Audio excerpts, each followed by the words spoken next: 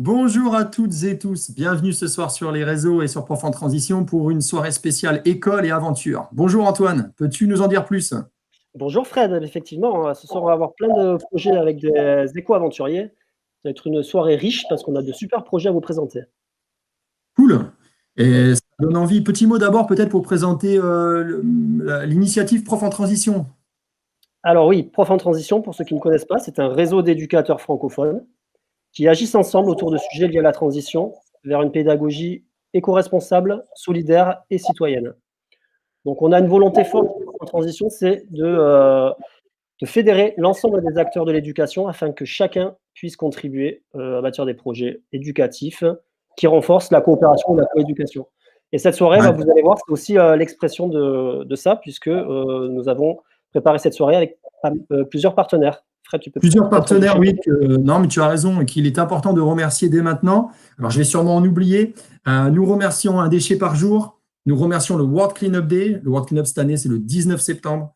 Les réseaux Éveil et Nature, l'association Utopia, Avenir Climatique, Little Citizen for Climate, les Citoyens pour le Climat. Un grand merci à eux qui nous aident, Citoyens pour le Climat, à organiser la partie technique de ce live. Merci à Wo qui nous assure la régie ce soir. Et nous reviendrons sur l'actualité de l'ensemble de ces partenaires au fur et à mesure de ce plateau ce soir. Alors Antoine, comment va prendre forme cette rencontre ce soir avec les aventuriers? Alors ce soir, vous allez pouvoir retrouver à la fois les projets qu'on a suivis cette année sur Prof en Transition, sur nos réseaux, et puis aussi en découvrir de nouveaux. Quelles aventures vous allez pouvoir suivre avec vos enfants ou vos élèves dans les mois à venir, tout simplement. Alors après, on a sélectionné ces projets. Donc Oui, on a souhaité avoir des projets qui soient à la fois éthiques, libres et gratuits, qui se rapprochent finalement de nos valeurs, de celles qu'on défend sur Prof en Transition. Donc ils seront tous portés, ils porteront un axe de la transition et ils participeront à leur manière à la construction d'un après. Donc chaque enseignant sera à ce moment-là libre d'utiliser sa liberté pédagogique. oui, Il n'y aura pas forcément de séquence clé en main. ah, Donc oui, oui. chacun sera libre de faire son interprétation finalement des aventures qu'on va proposer pour une vraie école de la confiance. Une vraie école de la confiance. En retenons les mots qui sont importants. Non, c'est vrai. L'idée également ce soir, c'était après la période un peu complexe qu'on vient de vivre tous, à travers le monde d'ailleurs, le confinement, le Covid et tout ça, qui n'est pas encore tout à fait derrière nous, c'était d'ouvrir un peu les horizons ce soir.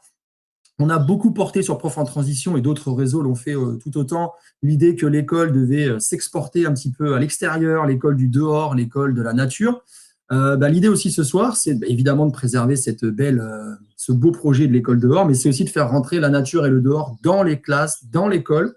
Et finalement, les éco-aventuriers nous permettent, par leurs aventures, leurs voyages, d'avoir ce bol d'air, ce souffle dans nos établissements.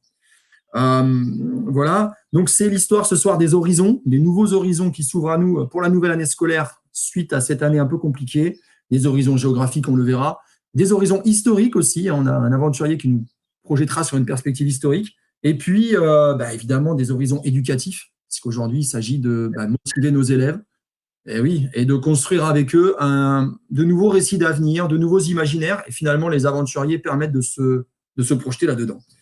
Et alors, avant de démarrer, Antoine, quelques détails peut-être technico-pratiques à donner à nos spectateurs. Oui, alors pour ce qui est de la technique, effectivement, au niveau de l'émission, par toute transparence, cette émission finalement elle est enregistrée pour des raisons à la fois techniques et pour qu'on puisse avoir, par rapport au calendrier de chacun, avoir ce beau plateau avec tous ces aventuriers qui puissent être présents avec nous, puisque au moment de la diffusion, certains seront déjà en mer ou dans leurs projets respectifs. Oui. Ensuite, au niveau des projets en eux-mêmes, au niveau de la technique, Donc, oui, l'émission, donc oui, c'est ça que je voulais dire. L'émission est enregistrée le 16, on est le 16 juin, au moment où on l'enregistre ce soir, pour une diffusion le 23 juin sur les réseaux, pour les raisons techniques et de disponibilité que tu as données. Ouais. effectivement. Et ensuite, pour tout ce qui est projet, donc vous allez voir, il y a beaucoup d'informations, mais il ne faut pas s'inquiéter, tout sera indiqué sous la vidéo, avec tous les liens des projets qui vous permettront de les suivre dans vos classes ou retrouver tous les éléments clés pour les suivre. On essaiera aussi d'archiver toutes ces données dans le module du groupe Prof en Transition. Oui. Ensuite, ce qui est important, c'est d'interagir sous les publications de chacun des éco-aventuriers pour que, Voilà. voilà, que vous puissiez poser vos questions, interagir directement avec eux. Et n'hésitez pas surtout à liker et à diffuser Et oui. d'indiquer ces projets autour de vous et vous abonner individuellement aussi aux pages qui vous intéressent selon les projets. Ouais, l'idée, c'est vraiment de mettre à votre service toutes ces initiatives. Franchement, elles sont belles. On pense que chaque enfant devrait pouvoir accéder à ces jolis projets-là. C'est le sens de cette soirée. Et je pense que donc, ben, on va pouvoir accueillir nos premiers invités, ceux qui sont sur le plateau, entre mer et océan. Alors, nous allons le faire rentrer progressivement. Bonsoir. Bonsoir. Salut Sophie, Tobias, vous allez bien? Très bien. C'est beau à Saint-Malo. Ouais. Bonsoir Joe. Salut. Salut, Joe, il est aussi en Bretagne. Ils sont à Saint-Malo, nos amis. Toi, t'es par où, Joe?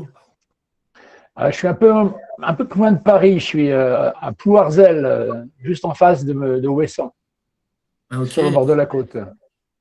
Les marins sont au bord. C'est cliché, mais bon, c'est assez logique, Antoine. Il nous manque nos amis et camarades du Grand Saphir qui vont nous rejoindre également. Nos amis du Sud. Ouais, nos amis du Sud cette fois-ci. Ouais, eux, c'est plutôt Méditerranée. Bonsoir les amis. En tout cas, on est content de vous retrouver ce soir pour parler de vos projets respectifs. Alors, on va commencer par toi, Joe. Toi, tu portes un joli projet et tu vas nous en parler. Ce projet s'appelle Sillage et en fait, tu repars sur les traces de Magellan. Oui, en quelque sorte, oui. Je me suis un peu penché sur la littérature, là, qui avait fait quoi, Vasco de Gama, Vespucci, Magellan, dans quel ordre, etc. Et je me suis un peu plongé là-dedans et j'ai trouvé ça assez génial. Et en plus, en 2022, donc dans 2 ans, ça fera 500 ans que le premier tour du monde à la voile a été bouclé. Non pas par Magellan, mais par un de ses capitaines, Juan Elcano, un Espagnol, qui, après un voyage assez incroyable de difficultés, de souffrances, de douleurs, tout ce qu'on veut, que des contextes qu'on ne connaît pas du tout actuellement, a réussi à ramener un bateau pourri jusqu'à Los, à Séville, 3 ans et quelques mois après l'avoir quitté. En fait, en plus, cette période est assez extraordinaire parce qu'elle correspond à ce qu'on peut dire, quelque part, le début de la mondialisation telle qu'on la connaît aujourd'hui. Tout ça s'est mis en place à cette époque-là. On va dire qu'entre 1450, la chute de Constantinople, et 1550, il s'est passé toute une foule de choses qui aujourd'hui encore, en fait, font partie de notre présent. Et donc, j'ai trouvé cette histoire très intéressante. Faut pas oublier que ces grands navigateurs, et moi, en tant que marin, évidemment, je suis toujours très impressionné par ces types-là qui voyageaient dans des conditions super difficiles. Mais la motivation première, c'était évidemment l'argent, la cupidité, la possession de biens. Et évidemment, comme ils avaient une technologie avancée, quand ils arrivaient quelque part, ils prenaient en général les terres, les femmes aussi, bien sûr, et puis, etc. Donc, c'était le début de la colonisation, le début de l'esclavage aussi. Il y a eu la controverse de Valladolid en 1550 pour savoir si les Indiens étaient des animaux ou des enfants de Dieu. En fin de compte, ils ont conclu au bout de 2 ans que c'était des enfants de Dieu. Et en fait, l'effet indirect, et ça a été un développement massif de l'esclavage au départ de l'Afrique. Donc, vous voyez, tout ça, quand on voit maintenant ce qui se passe aux États-Unis, par exemple, c'est en relation directe avec ça. L'origine de tellement de choses d'aujourd'hui sont contenues dans cette époque. Et ce voyage de Magellan, je trouve ça vraiment quelque chose de fabuleux. Et comme je vais bientôt mourir, et donc avant de rentrer en maison de retraite, je me suis dit, j'ai jamais fait le tour du monde, si j'allais mettre mon étrave humblement dans le sillage de la flotte de Magellan.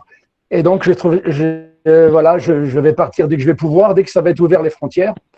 À ce propos-là, d'ailleurs, j'aimerais savoir que Uno Mundo en parle un peu aussi de l'ouverture des frontières, savoir s'ils peuvent aller au Groenland. Et donc, c'est donc un petit peu ça. Je dirais, vous savez, quand on est marin, on prépare une expédition et on part, et nul ne sait ce qui va se passer après. Donc, je n'ai pas de prétention en disant je vais arriver comme une fleur à Séville dans 2 ans. Non, mais je vais essayer de partir dès que c'est possible pour aller faire chaque escale là où la flotte est passée. Avec à chaque fois, j'ai tout dans la tête, donc beaucoup d'émotions, je pense, par rapport à tous ces gens qui ont souffert et qui ont ouvert la voie. Des voies qu'on peut contester d'ailleurs, des voies. Mais enfin, c'est la vie, c'est comme ça. Oui, merci Joe. Ben, on en profite. Alors, super récit ce que tu portes, Joe, ça nous émerveille à chaque fois. Puis c'est du pain béni dans nos salles de classe. On en profite pour accueillir donc Manu et Ed qui nous ont rejoints, les acteurs du Grand Saphir. Bisous les gars, ça fait plaisir de vous voir. Donc voilà, vous êtes arrivés au moment où Joe présentait son projet Sillage. C'est magnifique, Ouais, Joe. C'est magnifique. Bravo. Courage. C'est où? Merci. Courage, voilà, c'est le mot. Enfin, détermination. Et Joe, c'est énorme parce que Joe, il a quand même 4 traversées d'océan à la rame à son actif. Il a bossé depuis. Enfin, Joe, ça fait il est sur Wikipédia, donc on peut suivre sa biographie. C'est toi qui l'as écrit, Joe, ta biographie? Tu me diras comment on fait. Non, c'est ma mère qui l'a écrit. Bon, je demanderai à la mienne d'écrire ma biographie. Mais Joe, et déjà, l'initiative Keep It Blue, ça a combien de temps, Joe? Tu peux nous raconter depuis combien de temps tu luttes pour l'écologie déjà des océans? Tu sais, j'ai vu le Grand Saphir il y a 2 jours, pour être très clair. Ça m'a foutu un petit peu le moral à zéro. Je me suis retrouvé un peu dans la peau de Manu, en fait. Quand Manu, en fait, il a des coups de déprime lors de son voyage, il se demande à quoi ça sert ce qu'il fait. C'est vrai que tout ce qu'on fait, en fait, ça n'a pas de sens. C'est des mini-gouttes dans un immense océan, mais en fin de compte, il faut bien le faire, donc on le fait. Alors, Keep It Blue, ça a été, en fin de compte, ça a été un truc assez sympa parce que j'avais traversé l'Atlantique à la rame en 95 et en fait, j'ai ramé avec les fous de bassin. Et les fous de bassin, c'est des planeurs magnifiques, mais ils ont un gros mais, ils vont pas beaucoup plus loin que 500 000 des côtes, à 1000 km des côtes. Donc, entre les deux, il n'y a rien. Enfin, si, il y a d'autres oiseaux. Et après avoir ramé avec les fous de bassin, je me suis dit, quand même, le planeur royal, c'est l'albatros. Donc, je vais aller ramer avec des albatros. Donc, il faut aller dans le Pacifique Sud. Et je me suis dit, tant qu'à ramer avec des albatros, autant le faire pour une cause qui soit une vraie cause. Et donc, j'ai appelé la cause Keep It Blue. C'est pour les océans, quoi. Et j'ai rien à voir là-dedans, mais 2 mois avant mon départ, l'Erika a coulé au large de la Bretagne. Alors là, boum, boum, quoi, c'était l'enfer, quoi. Une marée noire de plus en Bretagne, juste avant que je parte. Et je suis pour rien là-dedans, hein. Et donc, quelque part, évidemment, c'est complètement dément. Donc là-dessus, évidemment, j'ai pas réussi à traverser, hein, puisque j'ai été piqué par une bestiole parfaitement non connue au départ. Ça s'est aggravé, ça s'est infecté, gangrène et tout le travail. J'ai arrêté la traversée à mi-parcours, après 2 mois de mer. J'étais amputé des orteils. Et je me suis retrouvé échoué à marée basse, vous voyez, comme un cormoran plein de mazout dans les ailes. Là. Et je me suis intéressé au FIPOL, du coup. Le FIPOL, c'est le fonds qui indemnise les victimes des marées noires. Et je me suis dit, c'est quoi ce pataquès? Qu'est-ce qui se passe? Parce qu'on dit aux gens, ne faites rien quand il y a une marée noire, remplissez votre dossier FIPOL, ils vont vous indemniser. Super sympa, les mecs. Et donc, pendant 4 ans, j'ai bossé sur le FIPOL. Je suis allé à Londres aux réunions et tout. Et à la première réunion, je suis allé au FIPOL, ça concerne quand même les marées noires, ça a quand même foutu un pataquès ici.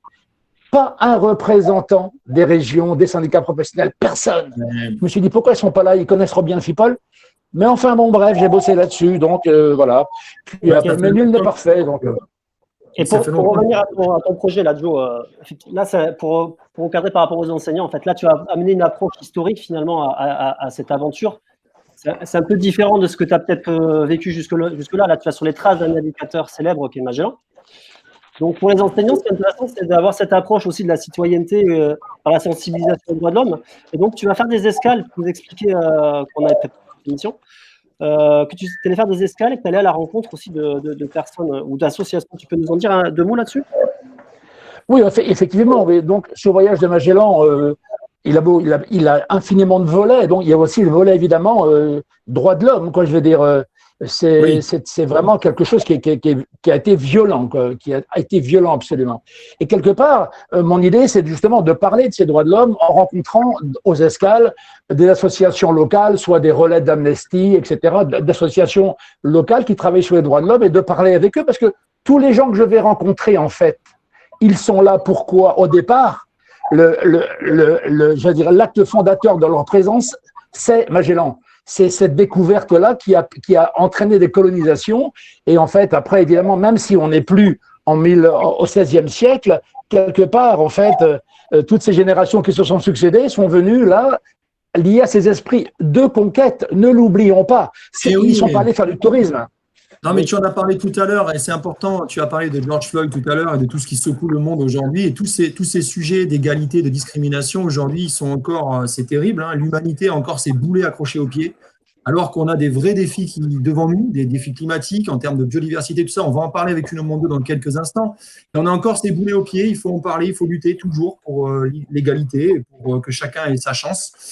Joe, concrètement, donc les profs qui veulent te suivre, ils vont sur la page Facebook, le compte Instagram et le site web de Sillage. On mettra les liens sous la vidéo. Ils vont pouvoir, comme ça, t'abonner à ta newsletter, je crois.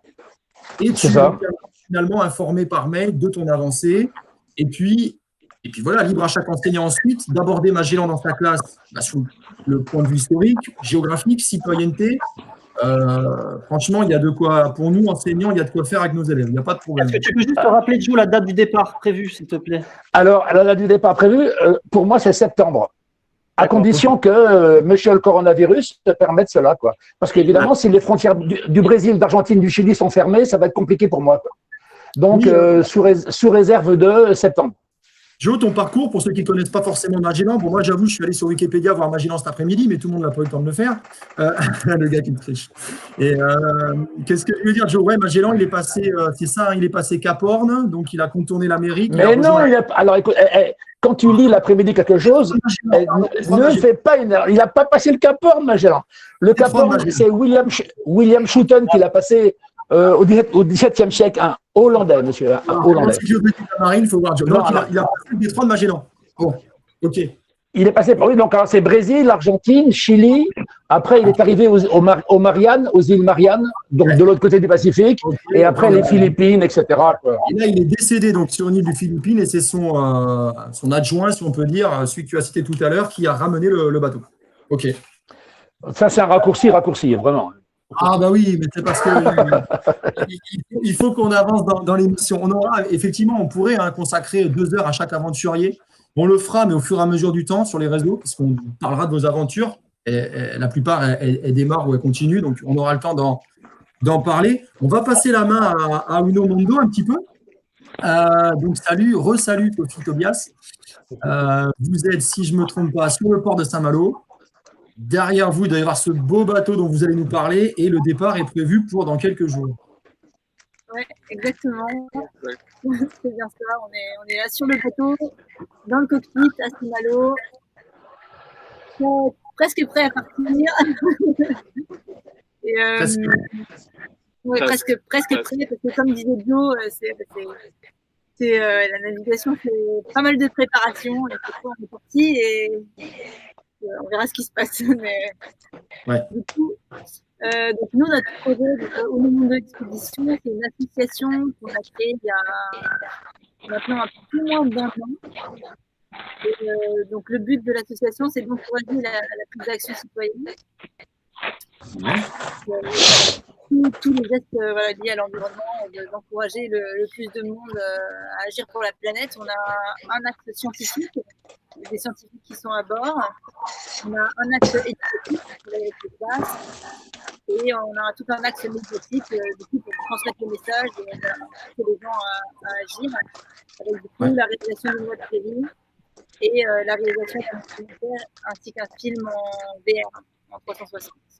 D'accord. Okay. Est-ce que la rencontre de communauté locale, de ce que j'ai pu comprendre aussi. Ouais, donc le projet de base, c'est vraiment de montrer aux gens que beaucoup de gens s'imaginent en fait que les changements climatiques, la montée des mers, c'est dans 30, 40, 60 ans et ils réalisent pas en fait à quelle vitesse c'est en train de se passer. Donc l'Arctique, c'est vraiment l'endroit qui est le plus impacté au monde et voilà, c'est pour ça qu'on va là-bas et au lieu de parler avec des graphes et des chiffres de plus 1,2 degré, plus 3 mm, vraiment il y a 4 millions d'habitants au-dessus du cercle polaire arctique et ces gens-là, ils le voient, donc vraiment porter un peu la voix, d'aller faire des interviews, des pêcheurs, des agriculteurs, de tous les gens qui habitent sur place. Donc voilà, on embarque une équipe média. Pour revenir sur le bateau, donc qui s'appelle Northbot et donc qui a été conçu pour faire des expéditions polaires, vous nous l'avez raconté. Et ce qui est impressionnant, je t'ai entendu Tobias dans une interview en parler. Il a fait 2 fois, tu me corrigeras, le tour du cercle polaire arctique. La première fois en 4 ans et la deuxième fois en 4 mois. Preuve que justement comment dire, une rapidité de la fonte des glaces. Est-ce que tu peux nous expliquer ça? C'était en quelle année qu'il a fait ses tours? Donc le bateau, il a été construit en l'an 2000 et donc il est parti faire un passage du Nord-Ouest en 2001 avec l'équipage irlandais d'origine qui ont construit le navire et ils ont décidé de revenir par le passage du Nord-Est après. Donc ils ont mis 2 ans, ils ont dû hiverner en Russie. Il y a 2 films sur leur passage où ils poussent constamment de la glace, des conditions très difficiles. À l'époque, c'était un exploit. C'était le premier du coup voilier à faire le tour de l'Arctique d'est en ouest. D'est en ouest. Et voilà, à l'époque, c'était vraiment quelque chose. Aujourd'hui, voilà, il y a de plus en plus de navires, il y a de plus en plus de tourisme. Et en 2015, le navire a été racheté par un aventurier britannique qui est alpiniste, qui a beaucoup fait les pôles nord et sud et qui a vu les changements, en fait, les glaciers sur les montagnes disparaître. Et il a voulu faire quelque chose et il a racheté ce bateau et il a, pour démontrer en fait ce changement, ils ont fait un tour en 4 mois, donc de Bristol à Bristol, en 4 mois. Un tour.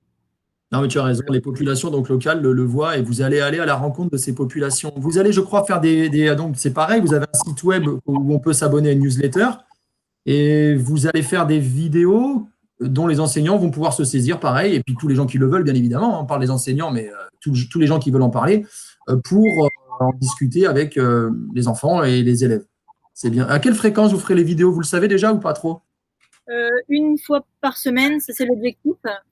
Ouais. On a une connexion juste derrière nous là, pour envoyer des vidéos, photos, etc.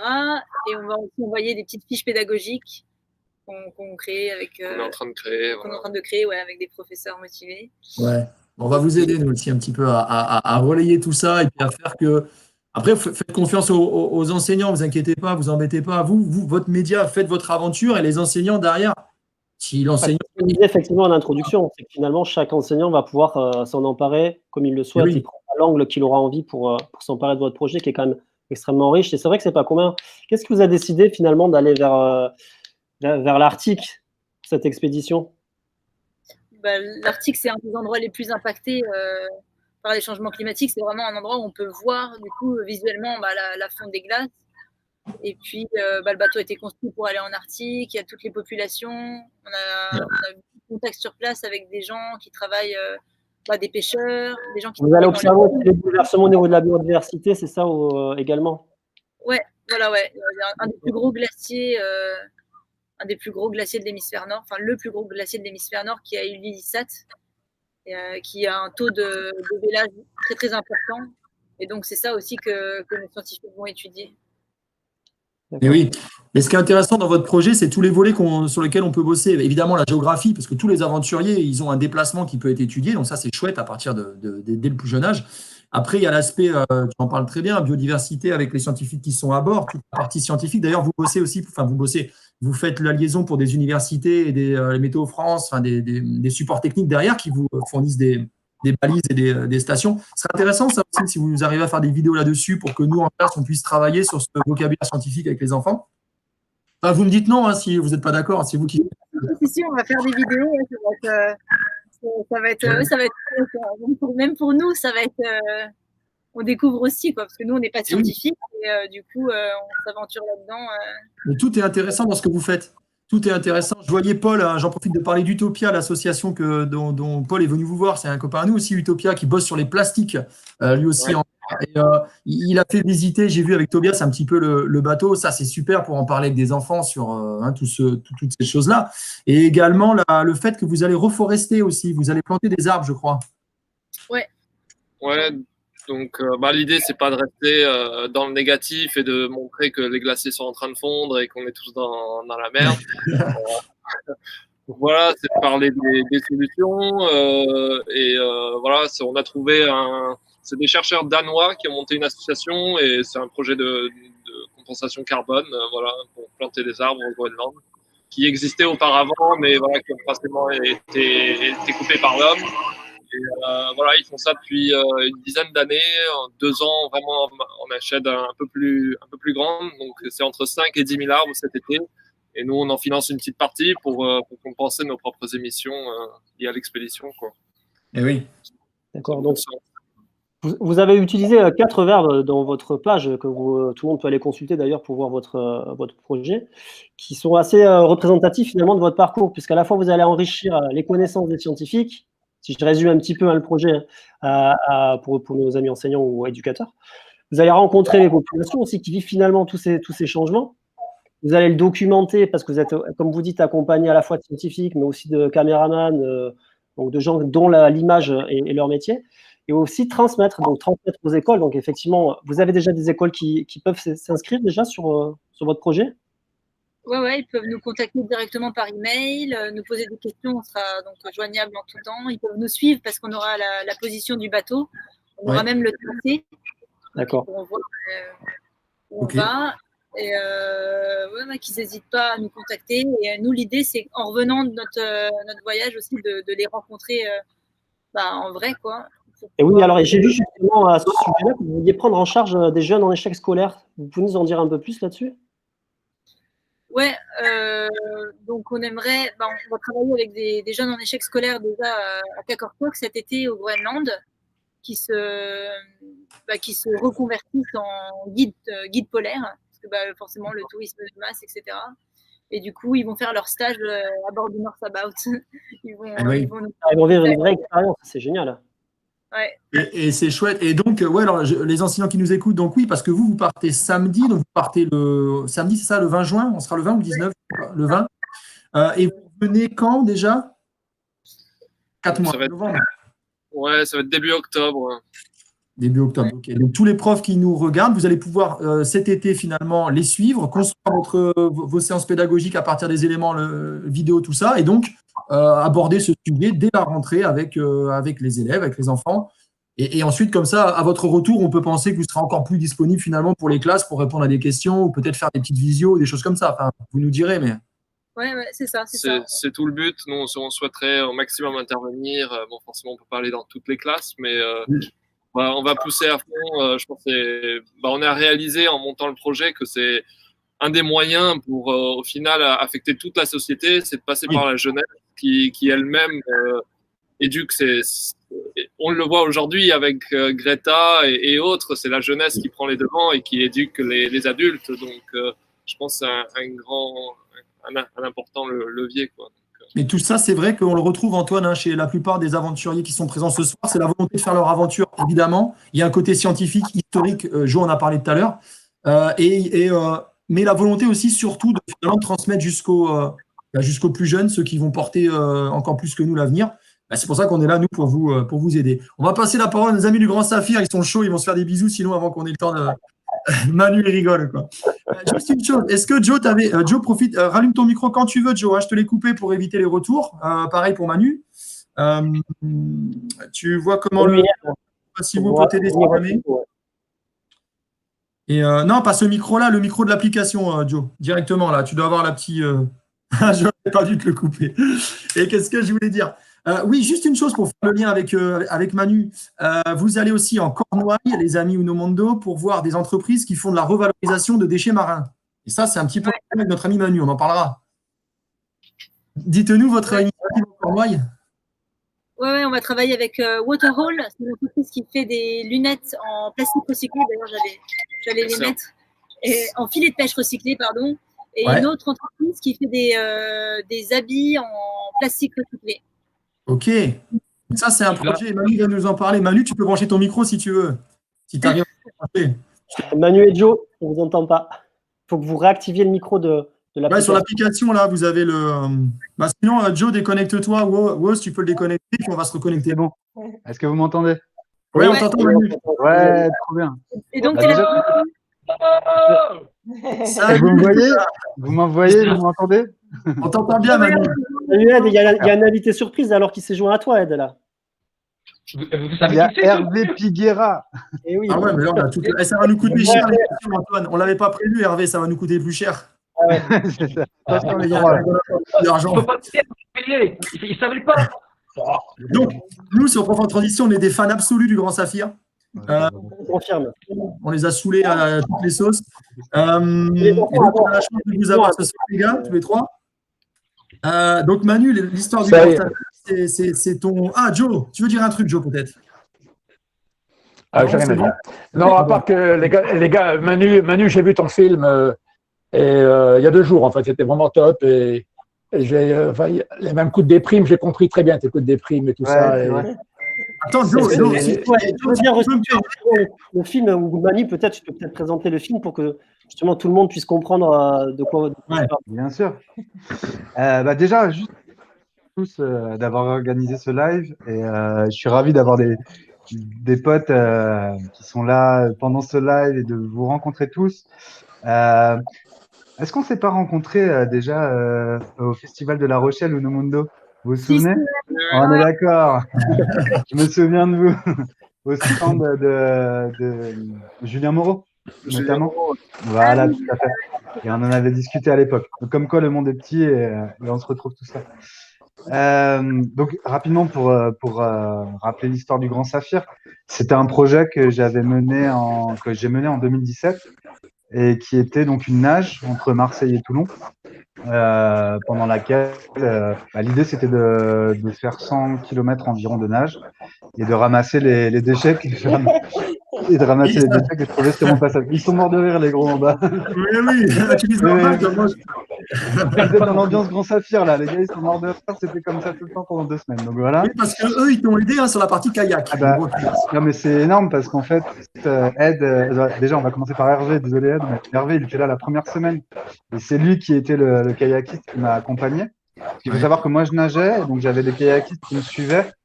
Donc j'avais Hervé la première semaine qui m'a aidé à stocker les déchets qu'on ramassait pendant le périple. Et puis la deuxième semaine, c'est Ed qui a pris le relais et voilà. Et voilà, donc on a fait une belle aventure et on a fait ce film grâce à Jérémy Stabler, le réalisateur. Ah ouais, alors là, attends, spécial à Jérémy, quoi. Franchement, il a fait une réalisation et un travail incroyable. Ouais, Et, grave. et on va faire on mettra sa page en lien sur le live.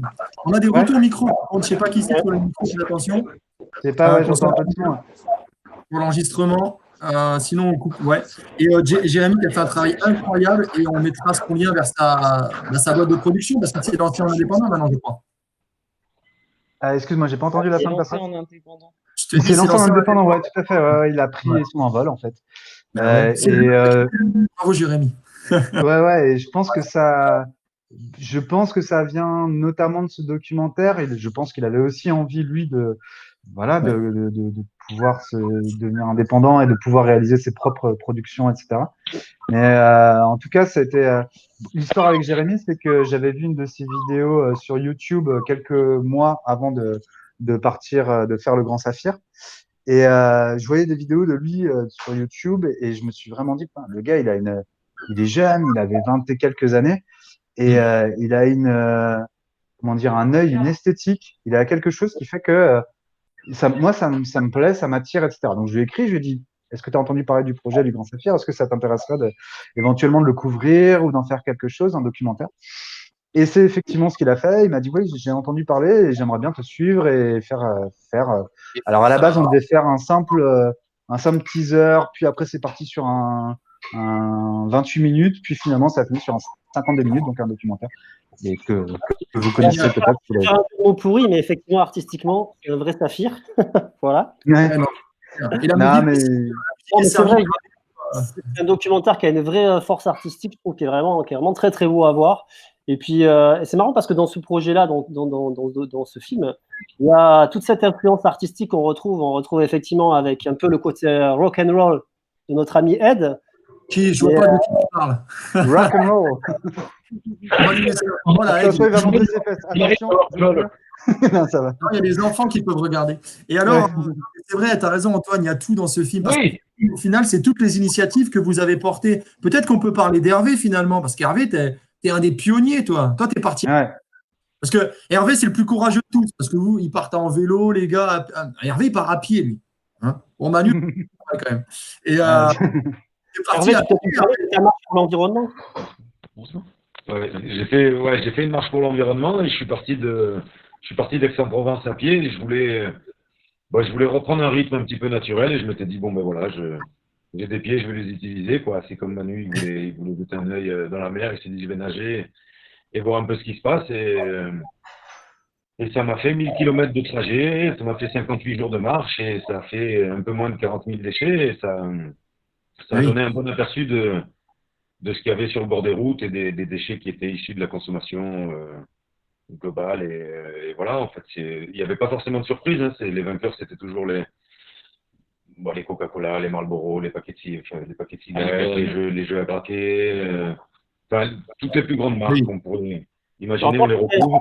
Hervé, là, c'était finalement de vouloir aller vers la COP21 ou c'était La COP21, ouais. Ouais, c'était l'année de la COP21, ouais.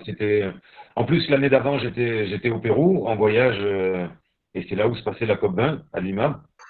Et je m'étais dit, tiens, l'an prochain, c'est à Paris, et ça m'intéresse de voir. Et j'ai toujours eu une curiosité particulière pour les déchets parce que moi, je suis maçon, je travaille dans le bâtiment. Et quand on parle de production de déchets, le bâtiment, ça représente quand même 50% de toutes les matières qui sont consommées et de tous les déchets qui sont produits sur la planète. Globalement, c'est le plus gros secteur producteur de déchets. Et j'ai passé beaucoup de temps dans les déchetteries et ça m'a toujours titillé Interpellé, cette question sur les matériaux et sur les déchets et comment le système industriel produit autant et est-ce qu'on peut gérer les choses différemment, recycler, revaloriser, surcycler, peu importe. Et je me suis dit, bon, ben, je vais m'atteler au problème des déchets et aux déchets qu'il y avait sur le bord des routes, parce que je l'avais beaucoup vu en Amérique du Sud aussi, ça m'avait marqué. Et en fait, on en a beaucoup, hein, on en a suffisamment. Un déchet dans la nature, c'est un déchet de trop.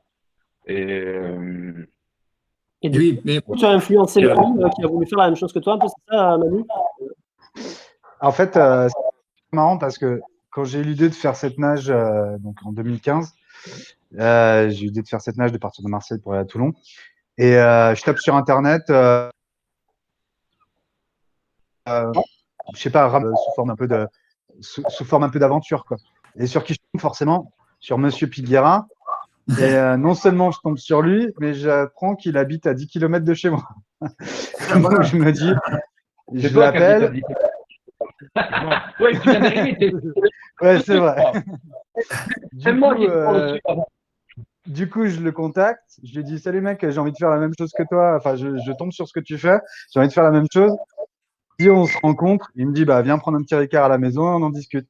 Et voilà, et ça s'est fait comme ça. Et ça a été un soutien, notamment parce qu'il y a quand même il faut vraiment savoir que quand tu pars sur une aventure comme ça, tu vas ramasser des déchets, c'est bien, c'est une vraie aventure, mais tu as aussi des coups au moral, tu as aussi des choses. Voilà, et lui m'a préparé un peu à ça, tu vois. Il m'a dit, tu vas voir au début, tu vas ramasser plein de trucs, tu vas être là à fond et tout. Et puis à un moment, tu vas aussi avoir des coups de haut, des coups de bas, etc., etc. Et déjà pour ça, il m'avait préparé. Et puis après, c'est parti plus loin puisque on est devenus vraiment amis. Et assez rapidement, j'ai dit, mais tu voudrais pas aussi participer à mon aventure? Et puis, comme j'ai dit dans le film, il m'a répondu. C'est ça la force, Manu. Manu, la force du Grand Saphir, c'est cette capacité que vous avez eue à parler de toutes les initiatives que vous portez. Il y en a 5, 6, 7 dans le film, c'est magnifique, ça permet d'ouvrir les horizons. Et moi, je retiens une phrase de Hervé, tu l'as dit tout à l'heure, tu l'as très bien dit. Manu, il dit, je sais nager, je sais ramasser des déchets, ben, je vais ramasser des déchets en nageant. Et finalement, avec des phrases comme ça, tu vois, ça touche les gamins. Enfin, Antoine et moi, on a passé ce documentaire, moi, ça fait 2 ans dans ma salle de classe. Et quand on tient le documentaire, les gamins, ils te disent, bah allez, maître, on va ramasser. Voilà, c'est direct, c'est immédiat. Et ce qui est bien avec ça, c'est que c'est ce que disait Tobias tout à l'heure et Sophie, c'est on ne va pas laisser les gens ou les personnes ou nous-mêmes dans le constat négatif. Parce que c'est vrai, Manu, tu en parles, mais quand tu es dans la zone de déchets où tu ne peux pas ramasser dans le film, là, il y a vraiment une détresse. Et le spectateur, il le ressent. Et tu mets un peu face à… Et c'est normal, on le voit.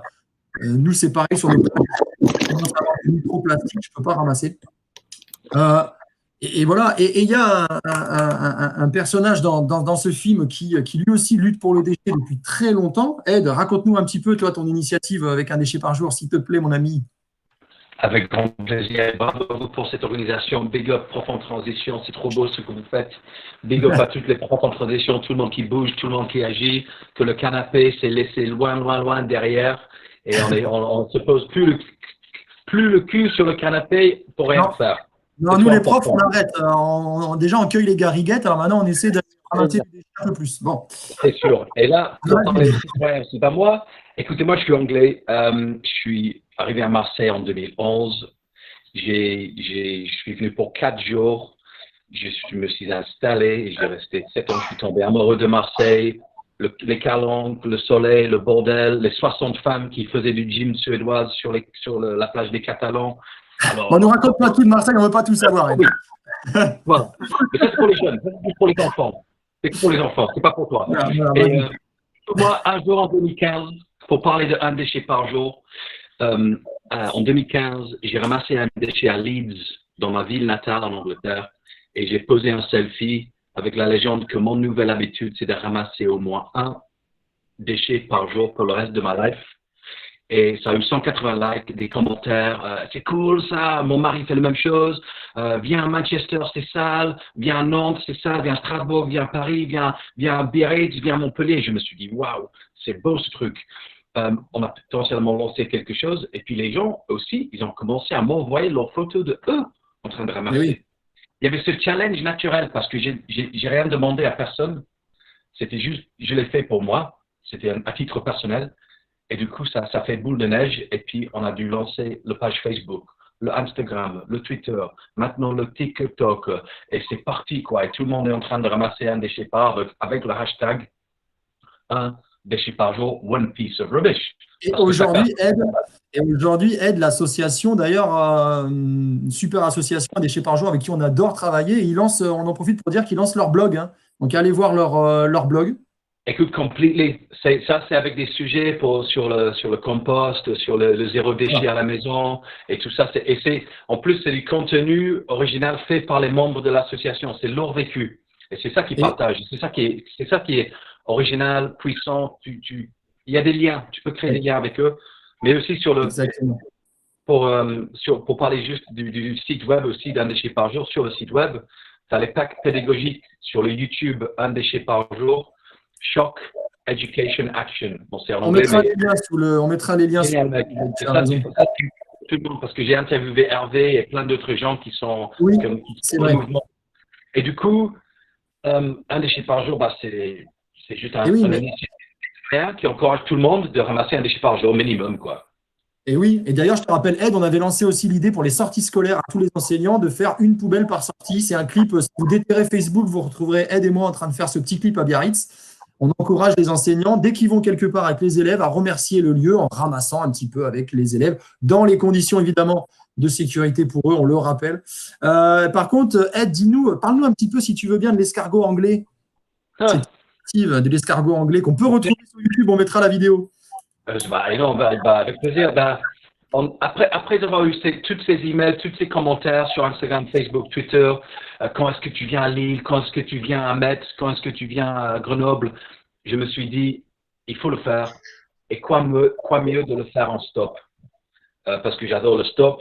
Et du coup, j'ai créé un périple de 8000 km autour de la France. En partant de Marseille, Montpellier, Biarritz, en dehors Biarritz, La Rochelle, Nantes, l'extérieur de la France, l'intérieur, une fois, l'intérieur, 3 fois le tour de la France. J'ai nommé ça l'escargot anglais, the English snail. Et je suis parti inspiré par ce mec ici. Et oui, c'est pas étonnant. En fait, Hervé est la genèse de tous ces projets finalement. C'est le parrain. C'est le parrain. Et lui, C'est le parrain du Grand Saphir.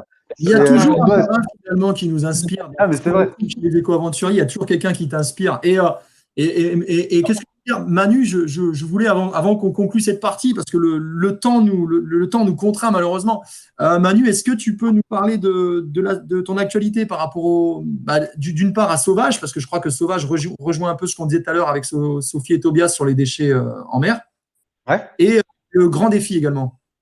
Ouais, en fait, les deux, ce dont tu viens de parler, Sauvage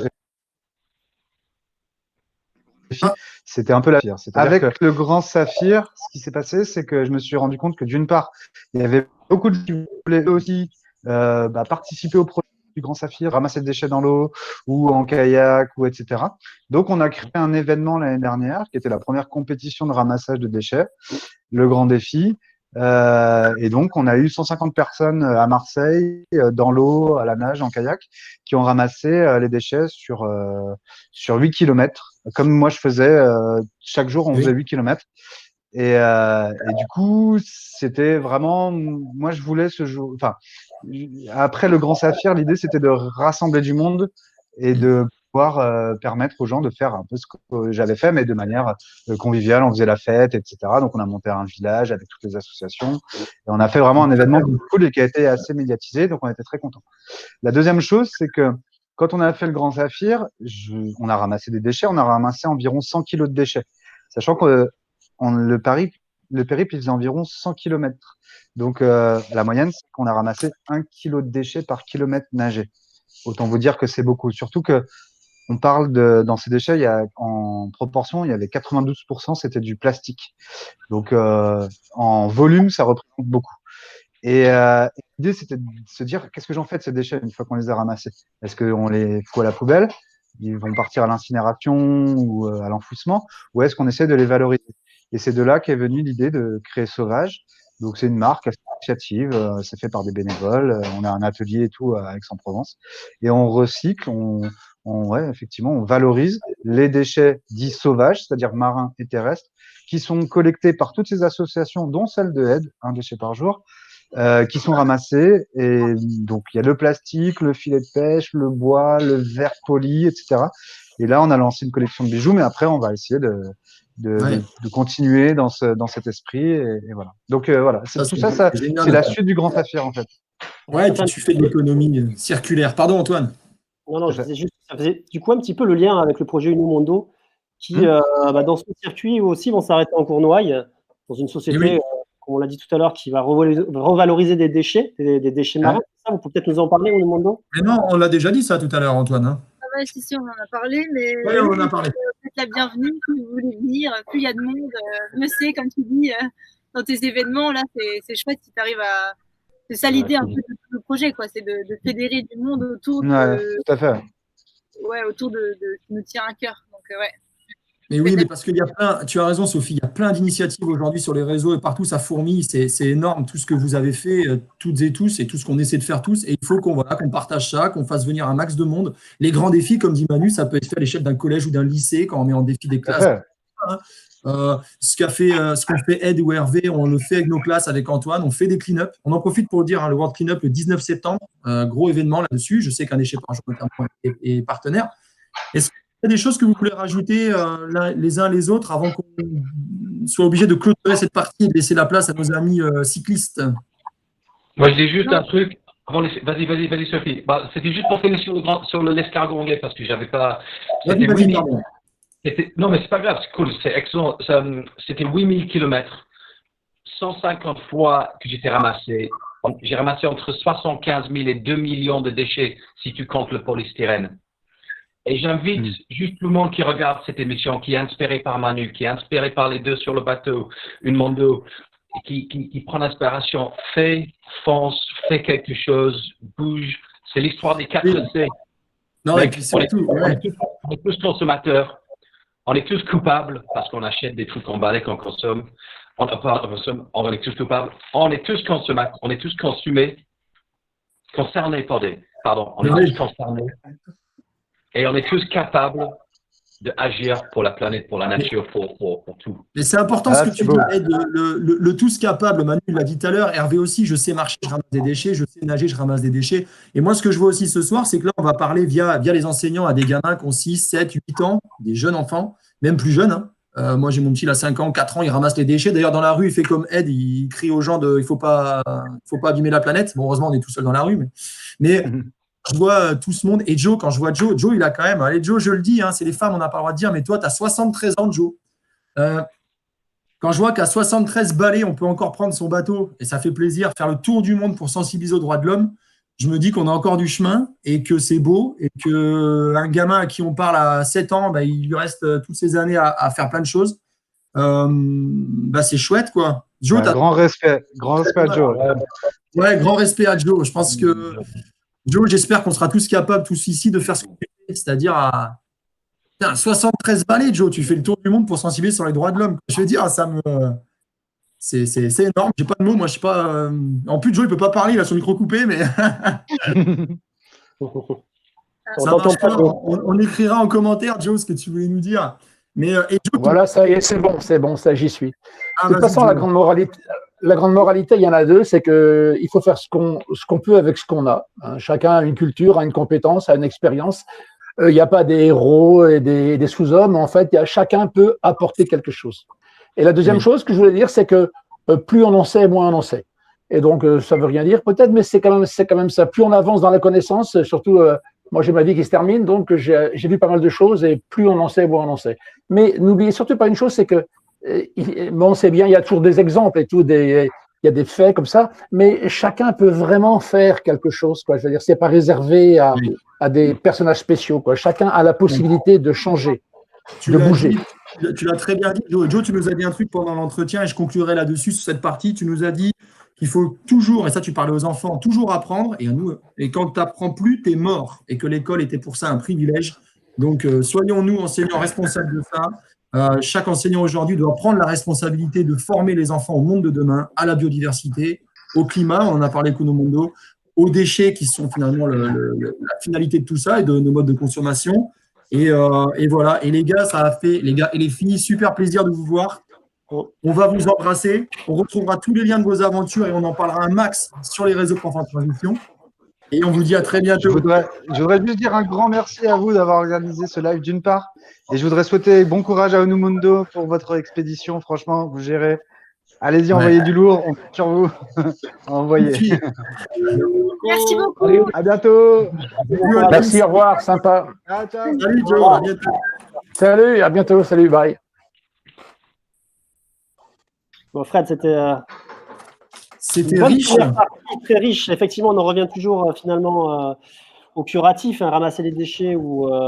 Il faut aussi effectivement penser, ça nous ramène forcément à l'éducation, à notre rôle d'éducateur, voilà, de créer des passerelles entre toutes ces actions et se concentrer effectivement sur les solutions et sur agir. Et donc là, je te propose qu'on remette un peu les pieds sur terre, si tu veux bien, Allez, et qu'on allons-y. accueille du coup nos cyclistes.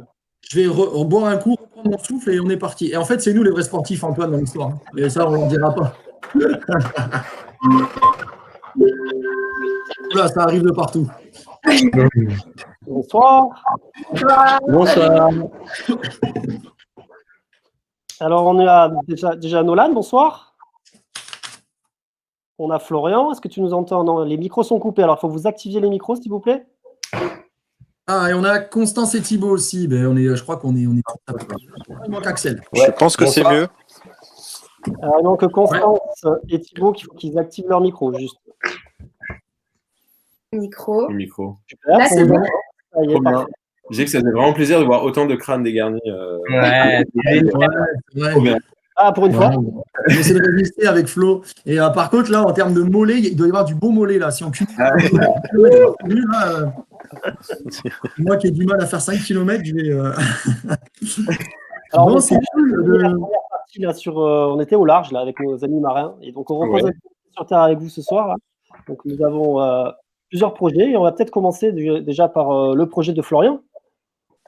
Bonsoir Florian. Salut. Bonsoir, Florian. On te passe la main parce qu'on était avec nos amis du Grand Saphir. On a parlé longuement du déchet, de toutes les initiatives autour du déchet. Et toi, c'est ce que tu as fait avec ton vélo. Tu es parti. Raconte-nous un petit peu. Ah, on en profite pour accueillir Axel. Bisous. Bonjour Axel. Ah, Salut Axel. Vas-y Flo, à toi. Alors, je ne sais pas si on m'entend bien, si? On m'entend bien? Très bien. Ouais. Ok, donc en 2018, je suis parti pour un tour du monde à vélo à l'origine, dans le but de ramasser des déchets. Donc en fait, l'idée est partie d'un tour de l'Europe que j'ai fait en 2015-2016. Et là, j'ai été marqué par le nombre de déchets qu'il y avait sur le bord des routes. Et je me suis dit que c'était tout aussi intéressant de mettre ça en avant, malgré qu'à l'époque, j'avais pas vraiment de conviction écolo, ou j'étais pas du tout dans cette vibe. Donc, en fait, c'est quelque chose qui m'a marqué. J'ai voulu en profiter donc pour le mettre en avant. Et pour ce faire, j'ai donc ramassé des déchets. Je les ai pesés dans l'objectif de cumuler 1 tonne de déchets dans mon voyage. Et donc, malheureusement, le Covid m'a stoppé dans mon élan. Donc, après 1 an et demi de voyage, et j'ai collecté quand même en 1 an et demi 843 kilos. Donc, j'allais largement atteindre cet objectif. Mais donc là, l'idée, c'est de continuer ce voyage d'une façon ou d'une autre pour atteindre au moins cet objectif des 1 tonne collectée, pour montrer que des déchets, en fait, peu importe où on va, on en trouve sur la route. Finalement, à la moitié de ton parcours, tu as quand même atteint quasiment déjà l'objectif. Bah, c'est ça, en fait, je pensais pas que ça allait aussi vite, et surtout que je voulais pas que ça devienne une trop grosse contrainte pour moi dans mon voyage, donc je me limitais à quelques kilos par jour. Il y a même des longues périodes où j'ai pas ramassé de déchets parce que je trouvais pas de poubelles, donc il y avait aucun intérêt à les ramasser. Ouais. Et même si je sais que des fois je trouvais des poubelles et que ça allait peut-être se retrouver de nouveau dans la nature, c'était un geste symbolique, mais bon, peu importe. Effectivement, j'ai ramassé plus vite que prévu. Mais en même temps, avant de partir, j'avais aucune idée de ce que ça pouvait donner, et je savais pas si ça allait être vite ou difficile à atteindre cet objectif. Finalement, mais c'est une estimation, mais ça donne une vraie réalité finalement de l'état de la pollution du déchet en fait. Bah, en fait, la seule conclusion qu'on peut pas dire, c'est par exemple, si j'ai ramassé 40 kilos dans un pays et que j'en ai ramassé 10 dans un autre, ça veut pas dire qu'il y en a plus dans un pays que l'autre, parce que ça dépend surtout de la taille du pays. Il y a des pays où j'ai passé plus de temps, donc c'est clairement pas une conclusion à donner, mais peut-être celle que je peux dire, c'est qu'en tout cas, dans tous les pays que j'ai parcourus, j'en ai trouvé, et quoi qu'il arrive, tous les jours, j'avais aucun mal à ramasser 1 kilo. Donc ça veut bien dire que sur tous les kilomètres, peu importe où on va, on en trouve, même s'il y a des pays qui sont plus contaminés que d'autres finalement. Ouais, parce que ton parcours, hein, qu'on a suivi d'ailleurs avec Antoine dans nos classes, tu as fait des vidéos sur YouTube qui sont vraiment bien faites, hein. Chapeau, merci, parce que ça a été, pour nous, c'est super, parce que tu nous offres la possibilité de découvrir des paysages, des cultures, des horizons pour les enfants qui ne les verront pas forcément. Et puis, donc ton parcours, tu pars de France, Espagne, tu fais un crochet par l'Afrique et le Cap-Vert. Ensuite, on ne dira pas que tu as pris l'avion. On peut le dire. On a vu qu'on ne le dirait pas. C'est assez sérieux, on est en train. Et donc, il n'avait pas vu le truc enregistré. Les gamins, ils m'ont dit, mais je leur ai dit, vous savez, hein, c'est très intéressant ce passage. Ils m'ont dit, mais Flo, il prend l'avion. Alors, je leur ai dit déjà, faites comme lui. Hein, vas-y, prends ton vélo et va ramasser 1 tonne de déchets. Non, et puis je leur ai dit que de toute façon, on a conclu ça avec les enfants, qu'à partir du moment où tu vis, bah, tu pollues. Oui, et que donc, il y a un mot qui est extrêmement important, c'est le mot compensation, quoi. C'est-à-dire, tu compenses et tu fais pour que ton bilan soit amoindri. Et sinon, c'est hyper intéressant. On te voit en Amérique du Sud et franchement, chapeau, quoi. Tu montes des sommets dans la cordillère des Andes, alors qu'on sait que là-bas, j'y suis allé un petit peu, il y a le mal des montagnes, le Soroche, enfin, tu le diras mieux que moi. J'ai eu le malheur de faire allemand à l'école, moi, je ne sais pas pourquoi. Et franchement, c'est magnifique, quoi. On te voit galérer avec ton vélo, tes déchets à 6 mm, quoi. Bah, du coup, c'est aussi c'était important, ce que je voulais montrer dans les vidéos, c'était que je voulais pas montrer que le mauvais côté des choses où on voyait que des déchets à longueur de temps. Je voulais aussi montrer que dans les voyages, il y a aussi des belles choses, des belles rencontres. Donc c'était le mix que je voulais mettre dans ces vidéos, le bon côté, le mauvais. Et effectivement, après, le but de ce voyage aussi, c'était d'apprendre à se connaître, comme par exemple se retrouver à traverser des déserts et monter des altitudes très importantes. Et c'était aussi pour apprendre à se connaître. Donc finalement, un voyage comme celui-ci, c'est beaucoup d'objectifs qui se mélangent, à la fois des objectifs personnels, collectifs, et puis profiter de ces objectifs pour mettre en avant quelque chose qui nous touche, quoi, finalement. Et au-delà de l'exploit sportif, pardon, il y a aussi l'aspect humain qui est très important, comme tu le dis très bien. Et d'ailleurs, entre éco-aventuriers, on trouve souvent justement des liens un peu entre vous. Et sur place, toi, en Afrique du Sud, tu as rencontré… Amérique du Sud. En Amérique du Sud, pardon. En Amérique du Sud, tu as rencontré une autre équipe d'éco-aventuriers, les Roadside Trip, d'ailleurs, qu'on en profite pour saluer. C'était Mélo, Yvan, accompagnés de leur chien, Sanka, qui ont parcouru aussi l'Amérique du Sud en direction de l'Amérique du Nord, en van aménagé, et qui ont été pas mal suivis sur Prof en Transition, Fred, je crois. Ouais, donc on leur fait un gros bisou, et puis ils ont été arrêtés comme toi, Flo, par le Covid. C'est vrai que le Covid a arrêté un peu toutes les existences, hein, qu'on soit aventurier ou non. Mais justement, c'est l'objet ce soir, c'est de repartir sur de bonnes ondes, de se donner pour nous enseignants des horizons un peu plus, parce que nous aussi on a été maltraités, vous l'avez compris, par ce Covid et un peu tout ça. Donc se donner de beaux horizons pour la rentrée. Alors Flo, tu as une actualité pour la rentrée, si je ne me trompe pas, on va en parler. Tu souhaiterais rencontrer des écoliers, enfin des collégiens, des lycéens, des étudiants, quoi. Tu as un livre en préparation qui est en financement participatif et un film. Est-ce que tu peux nous en parler ? Donc, ouais, en fait, quand on est rentré, on s'est longtemps posé la question, est-ce qu'on voulait repartir? Parce que je me suis retrouvé à voyager avec ma petite amie sur la fin du voyage, même sur une grosse partie du voyage même. Ouais, on en Et, fait beaucoup quand même. ouais, beaucoup, même sur 1 an et demi, elle a voyagé quand même 1 an avec moi. Donc, quand on est rentré, on s'est dit, bon, qu'est-ce qu'on fait? On s'est dit que se tourner vers l'étranger était encore juste. Et en fait, quand on est rentré, on savait déjà que ça allait être dur de repartir finalement quand on rentre comme ça. Donc on s'est dit, bon, là, ce qui pourrait le plus nous correspondre, c'est un Tour de France à vélo. Et donc, naturellement, quand je suis rentré, j'avais envie de mettre en lumière un peu ce qui s'était déjà passé sur cette première partie, donc la réalisation d'un livre et d'un film. Et le but de ce film, c'est qu'il soit projeté dans les écoles qu'on se propose de rencontrer lors d'un Tour de France qu'on va faire pendant 4 mois, de septembre à décembre. Donc effectivement, on ne pourra pas aller partout, mais l'idée, c'est de rencontrer pourquoi pas un maximum de personnes et de partager cette aventure. Et puis pour ceux que je ne pourrais pas voir, le film sera disponible même par un lien. Donc même si on ne peut pas se rencontrer, on a l'habitude de faire par des visios des échanges. Donc voilà. Et oui, il y a un point important aussi que tu nous disais qui nous a marqué avec Antoine, et on conclura là-dessus si tu veux bien, Flo, sur ton projet, c'est cette idée que toi, à l'école jeune, tu n'as pas accroché la lecture parce qu'il n'y avait pas de livre qui te plaisait, et que finalement, tu cherches là à écrire un livre qui va, parce que ce livre, il est à destination des enfants, qui va les accrocher pour… voilà. C'est un peu la séquence émotion. Flo, il faut que tu sois dedans. Là, on est dans… Non, pour être honnête, je pense que chaque enfant il y en a peut-être un enfant qui va être plus tourné vers le théâtre, l'autre, ça va plus être, je sais pas, chacun son domaine. Mais c'est vrai que quand j'étais jeune, moi, mon premier récit d'aventure, je l'ai lu tard et peut-être trop tard, et je trouvais ça dommage. En fait, je voulais proposer d'autres livres que ceux qu'on peut lire. Donc oui, il a été écrit et adapté pour qu'un enfant d'au moins 10 ans puisse le lire. Il est illustré par des photos, donc c'est du concret. Et je pense que c'est un livre qui sera assez facile à lire pour des enfants. Flo, c'est du vraiment, je pense à Joe tout à l'heure. Franchement, il y a plein de choses à faire avec le projet de Flo en classe et avec ton actualité. On va en parler sur Prof en Transition. On mettra tous les liens sous la vidéo. On en profitera d'ailleurs, puisque donc là, on enregistre le 16, on est honnête, on le dit, on diffuse le 23. Donc le 23, dès qu'on peut, on répondra à tous vos commentaires sous la vidéo qui sera affichée. Et Antoine, on va enchaîner. Flo, n'hésite pas ensuite à intervenir avec tous les camarades. On est là pour se croiser nos regards. On est tenu par le temps un petit peu. Antoine, est-ce que tu peux passer au second aventurier? Effectivement, en fait, toi, tu as fait un peu le lien là, avec le déchet, Flo, sur le déchet. Du coup, on en revient à l'origine de ce déchet, donc nos modes de consommation. Et pour parler de ces modes de consommation, forcément, il faut produire de l'énergie pour produire ces emballages.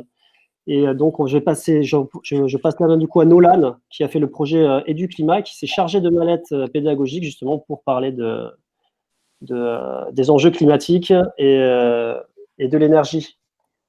Nolan, Ouais. tu peux parler un petit peu? Oui, vous m'entendez bien? Oui, on t'entend très bien. Super.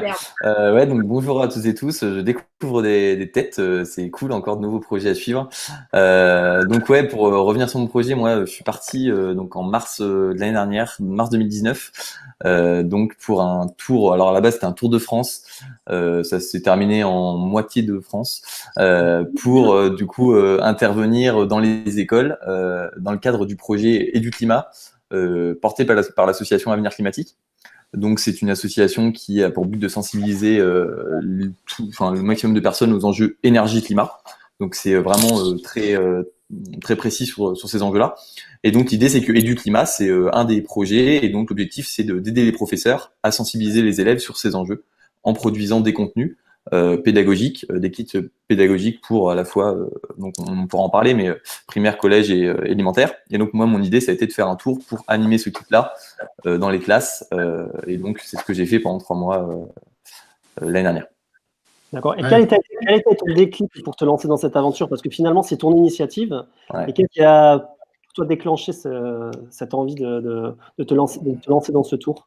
En fait, il y a je pense que c'est, alors, j'ai l'impression que c'est un peu, pour beaucoup de personnes, c'est comme ça. C'est que personnellement, j'ai eu beaucoup de petits déclics, qui s'enchaînent, des déclics qui déconstruisent un peu peut-être des fois ce qu'on a appris à l'école justement sur tous ces enjeux-là. Et donc, du coup, ça a été la découverte du monde professionnel qui allait pas avec mes convictions, et puis ensuite de ces enjeux-là, énergie-climat, avec un livre spécifique qui s'appelle Comment tout peut s'effondrer, donc de Pablo Servigne, qui maintenant a beaucoup tourné.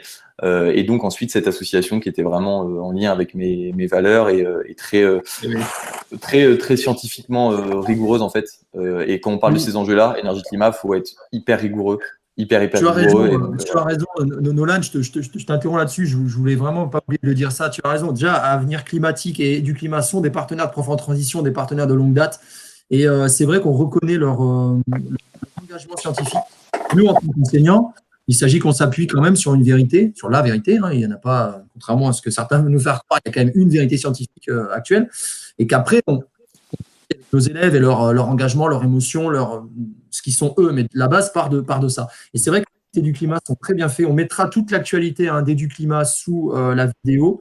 Il y a des kits pour le primaire, tu l'as dit, le collège, le lycée. Il y a des partenariats aujourd'hui, ça nous fait plaisir, entre Avenir Climatique et Citoyens pour le climat, qui est aussi des amis de Prof en Transition et donc qui nous aide ce soir live.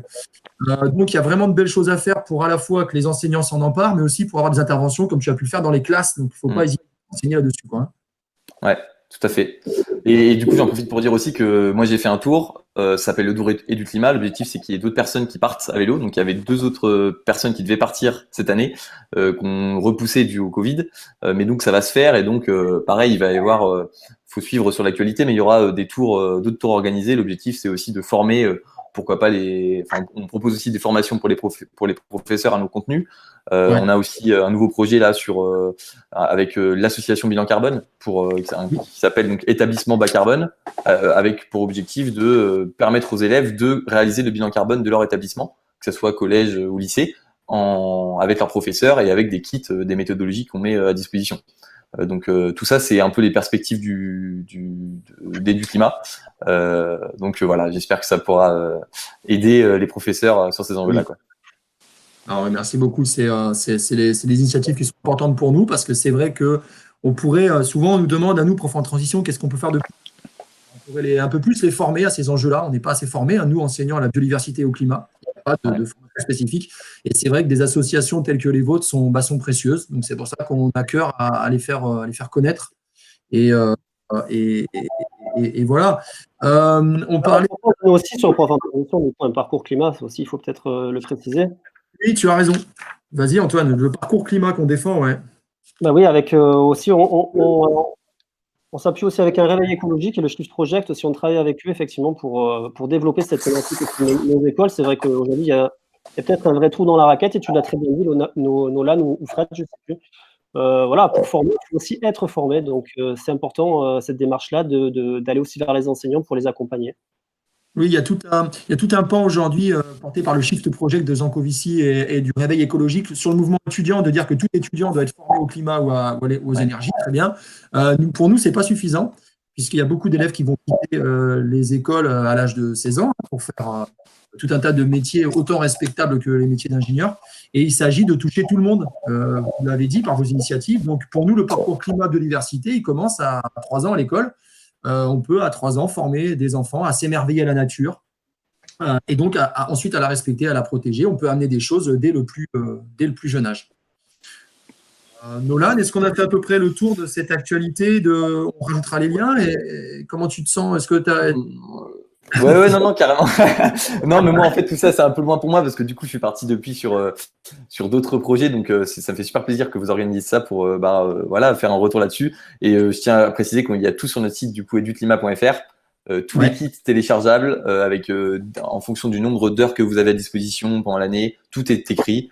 Et il y a un retour aussi sur mon projet avec des photos. Si vous voulez montrer des photos aux élèves de mon projet, j'ai une page Instagram où il y a encore les lives. Vous pouvez aller voir, suivre aussi du coup ce que j'ai fait en live, faire un retour, voilà. Donc voilà. Mais merci à vous en tout cas. Et puis j'écoute avec impatience les autres projets. On a vu Axel, il a pris une rasade d'eau, il a senti que c'était pour lui. La suite.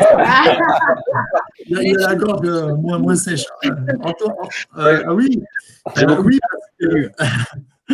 Oui, Axel, toi rebonjour. Donc, tu te situes sur un aspect qui est hyper intéressant. Les 3 projets qui nous restent à évoquer ce soir sont multithématiques, on le verra. Donc, vous parlez de l'ensemble des sujets de la transition, ce qui est hyper intéressant aussi. Et toi, Axel, tu as eu un focus quand même. Tu vas nous en parler avec la petite Odyssée, tu as eu un focus sur l'aspect agriculture, alimentation. Enfin, tu vas en parler mieux que moi. Non, si tu veux, tu peux en parler. Hein.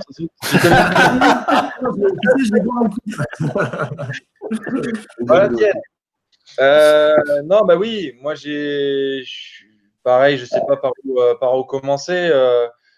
Donc Axel Ferrard, 27 ans déjà, ça c'est déjà un bon début. Je connais des têtes ce soir, certains avec qui j'ai parlé sur Insta et que j'ai pas vu, Thibaut et Constance. Voilà, et puis Nolan, ben, on se connaît un peu aussi.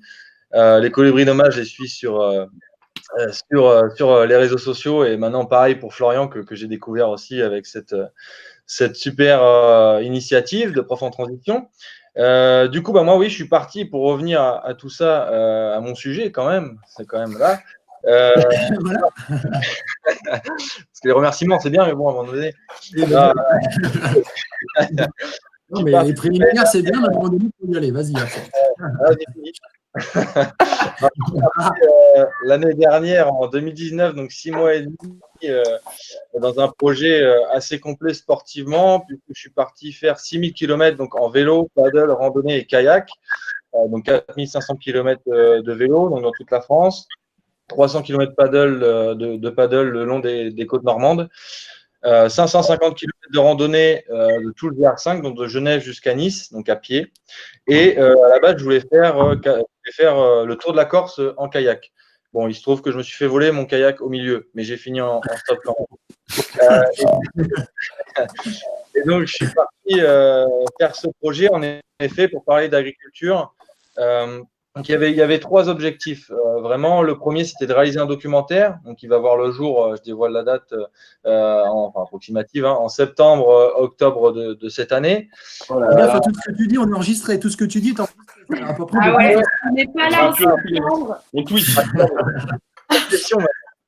Le deuxième objectif, c'était d'organiser des ramassages de déchets. Et la troisième, c'était évidemment d'aller dans les écoles aussi pour parler agriculture. Moi, après, je parle agriculture, mais pas que. En fait, je me sers de l'agriculture, puisque par rapport à mes études, donc j'ai un bac +5 dans le développement durable. Hein, c'est très large, le développement durable, mais dans l'écologie et tout ça, dans la nature, quoi. Et finalement, je me prépare à me spécialiser dans le domaine. Et avec mes stages, les persévérances, etc., je me suis rendu compte qu'il y avait un sujet qui ressortait quand même du lot, c'est l'agriculture, parce que quand on parle d'agriculture, on peut parler d'autres thématiques qui sont la biodiversité, la gestion des déchets, la préservation de l'eau, des sols, la santé, le social. Et en fait, parler de ce sujet, ça permet d'aller sur tous les autres sujets qui me passionnent également. Et finalement, quand on tire la ficelle, l'agriculture est le centre. Enfin, on se rend compte que c'est le centre de beaucoup de choses. Et de toute façon, manger, je pense qu'on mange tous ici, sinon vous avez sacrément de la chance d'être là. Faudra nous expliquer comment vous avez fait. Mais ouais, c'est quelque chose de très très important. Et il faut que les enfants, et puis même les adultes évidemment, aient connaissance de tous ces sujets et de tous ces enjeux-là. Et je me sers, comme vous tous ici, de l'aventure, de belles photos, de belles vidéos, des rencontres, etc., pour mettre en avant tous ces sujets-là, qui me passionnent autant que vous, j'en suis sûr. Je vous l'avais dit qu'il avait la gorge moins sèche et qu'il était chaud pour.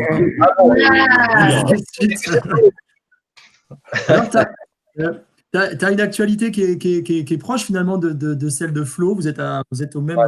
Mais c'est hyper intéressant pour nous. Franchement, c'est super de se croiser maintenant et d'en parler. Toi aussi, tu as un livre en préparation, film, documentaire, et puis Tour de France des écoles. Tu peux nous raconter un peu, si tu veux? Ouais, le documentaire, j'en ai rapidement parlé. Donc, ça sera un peu innovant dans le sens où c'est un documentaire qui va parler, qui va essayer. Je vais essayer de lier aventure agriculture. Donc, j'ai déjà terminé le script. Donc là, j'ai commencé le montage. Le titre, j'ai pas d'idée. Si vous avez une idée, allez-y. Ou c'est les gens qui vont regarder une idée. Et on lance l'idée sur le commentaire de la discussion. Complètement. Là, je suis complètement pour. Et donc, je suis allé voir. Oui, je l'ai pas dit. J'ai été voir une trentaine de projets, évidemment, pendant mon voyage. des gens qui étaient des pros du zéro déchet, des producteurs, des gens qui vraiment abordaient de nombreuses thématiques. Je suis allé voir beaucoup d'associations, des gens qui étaient des professionnels du sol, de la gestion des sols. Et du coup, l'objectif pour moi, c'est de parler de mon aventure, enfin de montrer mon aventure, les bons et les mauvais moments, évidemment. J'ai réussi à me filmer dans les mauvais moments. C'était pas facile et je vous le conseille, si vous avez un film à faire, il faut vous filmer. C'est important, les moments d'émotion. Et derrière, voilà, je suis allé filmer toutes ces personnes qui avaient de fabuleux projets. Et dans le documentaire, je vais essayer de montrer des personnes qui ont parlé du sol, d'autres une famille de déchets. Essayer de parler aussi de l'histoire de l'agriculture. Tout ça, j'essaie de le ficeler, c'est très compliqué, je suis en plein dedans en ce moment et j'ai hâte de vous montrer le résultat et puis de montrer le résultat à plein de gens, quoi. Ça serait cool. C'est un vrai sujet, ça, dont on parle peut-être pas assez, Antoine, dans nos salles de classe. Enfin, je m'interroge aussi. C'est vrai que tout le monde mange et les enfants également, ils sont concernés. Alors, les enfants nous disent souvent que c'est pas eux qui choisissent ce qu'ils mangent. C'est un sujet aussi pour eux, parce qu'ils sont conscients de pas mal de choses, mais ils ne choisissent pas toujours, à la fois dans les cantines ou à la maison. On va laisser Flo par contre discrètement. Qu'est-ce qu'il y a dans un micro là, on entend. Je ne sais pas qui c'est. Mais... C'est Flo qui doit tranquillement. Pardon. Ça me dérange, Flo. J'éteins le micro.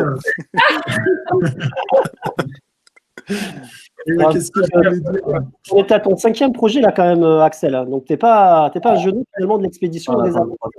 Ouais, c'est ma 5e aventure. Moi, j'ai commencé en 2015 avec tout d'abord un premier projet qui était pour parler des dangers du réchauffement climatique, mais finalement, c'était plus pour en savoir plus sur moi-même. Enfin, je ne savais pas que j'allais en savoir plus sur moi-même, mais j'ai traversé la France de Gap jusqu'à Lisieux en passant par le Massif central, donc 1500 km en 2 semaines. C'est un projet qui s'appelait Retour aux sources. Retour aux sources parce que je repartais vers ma famille en Normandie, et Retour aux sources parce que je dormais dehors aussi. Et donc. Je suis en train de pleurer là, Axel. Arrête. Je suis en train de pleurer. C'était la séquence d'émotion. Moi, j'ai pris Il est fort. Il est fort. C'est un politicien, faut faire gaffe. Je devrais avoir les méchants si tu veux. C'était mon premier projet en 2015 et finalement, je me suis dit, j'en fais qu'un. Et en fait, j'ai tellement galéré que je me suis dit, voilà, j'en ferai qu'un. En 2016, je suis reparti. J'ai tellement galéré que je me suis dit, voilà, c'est le dernier. Et en fait, en 2017, je suis reparti. J'ai galéré. J'ai dit, c'est le dernier. En fait. Non, mais c'est justement pour ça que je te pose la question, parce qu'on a l'impression qu'au fur et à mesure de tous tes voyages, finalement, on dirait que sur 5e, tu as finalement découvert sur quoi on devrait tous se focaliser en tant que citoyen. Et c'est notre pouvoir de consommateur. Donc, c'est un peu, je pense, vers quoi tu voudrais amener la réflexion, je pense. Ouais, complètement. Moi, c'est totalement ma réflexion. D'ailleurs, mon 2e projet s'appelait Consommer, c'est voter.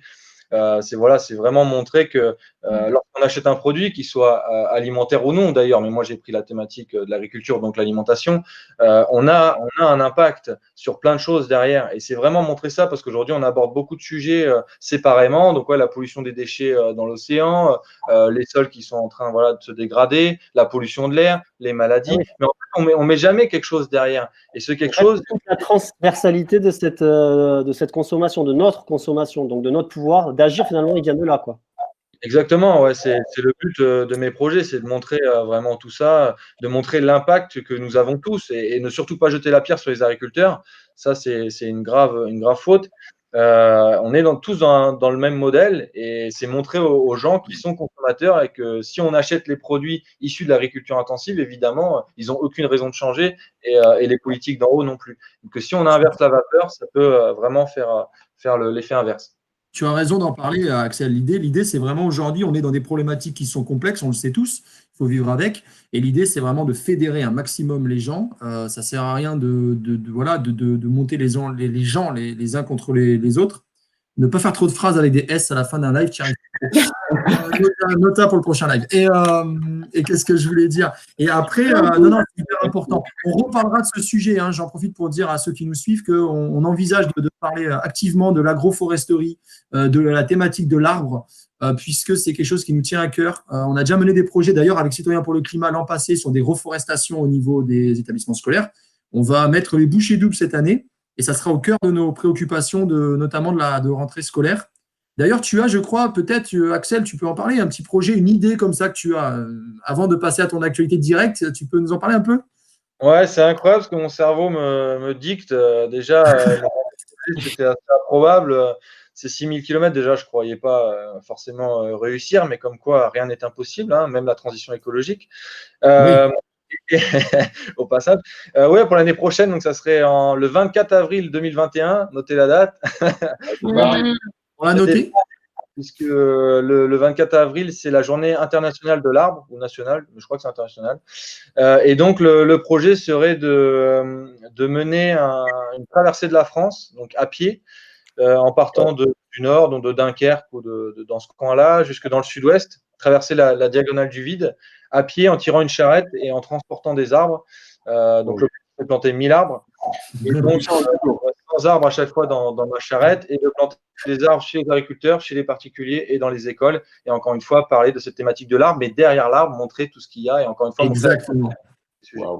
Exactement, et c'est chouette. Je voyais Nolan qui avait les yeux qui brillaient, ça va donner envie à Nolan de repartir. Je suis limite là, je suis limite. Hein, limite, encore un peu. Et ben justement, on va passer à… Alors, juste pour finir sur Axel, et on passe la main à nos amis Déclic. Axel, donc toi, on va en parler, on mettra en commentaire, en publie tout ça. Donc, le livre, le film à venir, un petit parcours au niveau des établissements scolaires. Donc, on invite les professeurs à se signaler vers toi, à te suivre via les pages Facebook, Instagram, Le Petit Voyageur, et bientôt le site de ton association Graines d'Odyssée. C'est ça, ouais, la page. Et là, en fait, je suis en train de préparer, moi aussi, parce que via mon association Graines d'Odyssée, sous laquelle je suis parti pendant mon voyage, je suis en train de préparer des interventions sur tous ces sujets-là, des ateliers et même des conférences entreprises. Mais ça vous intéresse moins, je pense. Non, mais on peut en parler, tu sais, on est diffusé un peu partout sur les réseaux, c'est chouette. Alors, on va passer la main à nos invités de dernière minute. Hein. Ça a été, je vais faire un jeu de mots, ça a été un déclic. Je suis chaud, je fais des jeux de mots, je vais finir à BFM TV, je crois. Alors, je vais mal finir. Tu as des contacts, Nolan? Je ne le dis pas. On va plutôt parler d'Arte. Alors, qu'est-ce que je voulais dire? Déclic Project. Constance et Thibaut, on s'est rencontrés il n'y a pas longtemps. Ouais, 48 heures, je pense. Parlez-nous un peu de votre projet, les amis. Bah, coucou les amis, on va faire déjà des remerciements un peu plus courts que ceux d'Axel. Non, on est ravis. Ça tire à balles réelles de l'introduction, c'est terrible. Non, on est vraiment ravis d'être avec vous, en tout cas, pour ce live. Nous, c'est Constance et Thibaut, donc The Déclic Project. Et nous, on est partis en mai 2019 pour un tour de France à vélo qui a duré 7 mois. Durant ce tour, on a interviewé des acteurs qui avaient choisi de consommer, de produire ou de vivre autrement. Donc, ça pouvait être des assos, ça pouvait être des communes, des entrepreneurs, des particuliers, etc. Et dans des domaines bien différents, l'agriculture, le textile, le bâtiment, l'éducation, etc. Donc, on a résumé ces profils de gens dans la petite phrase qu'on aime bien, c'est des gens qui se bougent pour dérégler le dérèglement climatique. Parce qu'en fait, les projets qu'on a rencontrés, ils mettaient vraiment le doigt sur des enjeux environnementaux importants et sociétaux, sociétaux et environnementaux importants. Et ils proposaient des solutions plus éthiques, plus sobres, plus efficaces, plus résilientes. Bref, donc on a vu tout un panel d'initiatives vraiment chouettes. Donc environ 70. Voilà, et l'idée c'était de s'intéresser à la fois à ce qu'ils faisaient aujourd'hui et aussi à leur déclic, en fait, amener le cheminement personnel qui faisait qu'ils faisaient ça aujourd'hui, d'où le Déclic Project. Et donc voilà, donc on a appris énormément de choses et à la fin du tour, on a découvert un petit peu l'angle de la pédagogie, puisqu'on a été contacté par une prof de SVT, pardon, pas de SES, qui a voulu qu'on fasse une présentation dans un collège à Valbonne. Et donc, on s'est retrouvé face à 200 élèves sur une après-midi à faire 2 présentations, sur les déchets et sur le textile. Donc sur le déchet, parce que Valbonne, c'est juste à côté de la Méditerranée, qui est la mer la plus polluée du monde. On en a bien parlé avec nos amis du Grand Saphir. Voilà. C'est ça. Et sur le textile, parce que du coup, à 13-14 ans, on commence à vouloir acheter plein de trucs et puis surtout n'importe quoi. Donc voilà. Et on a adoré cette journée. Franchement, à l'issue de la journée, on s'est dit, ok, vous faites le métier le plus courageux du monde parce qu'on était épuisés. Vous avez eu un déclic. Oui. Mais ça a été hyper riche et on s'est rendu compte qu'on pouvait avoir une force de frappe énorme en en parlant à des élèves parce que quand ils préparent un petit peu les sujets sur lesquels on va travailler, il y a des échanges très riches et surtout, ils réfléchissent énormément sur ces trucs-là, thématiques. Donc, on a adoré. Donc, là, on repart. Alors, du coup, puisqu'on est honnête, on repart dans lundi prochain. Quand le live sera diffusé, ce sera notre deuxième jour de. Lundi 22 juin. Voilà. Ouais. Donc, ok. Donc, en fait, ce sera le premier jour. On sera reparti le jour même. Et ben voilà. Et donc, le soir, vous vous calerez dans un petit bar, vous nous avez dit. Bar PMU, ouais. Exactement. Suivre le live et puis commenter avec nous en direct si on a des questions et mettre les liens de vos pages et tout ça. Allez-y à fond, les gars, sous le. Vous pouvez nous rappeler rapidement les circuits par où vous passez?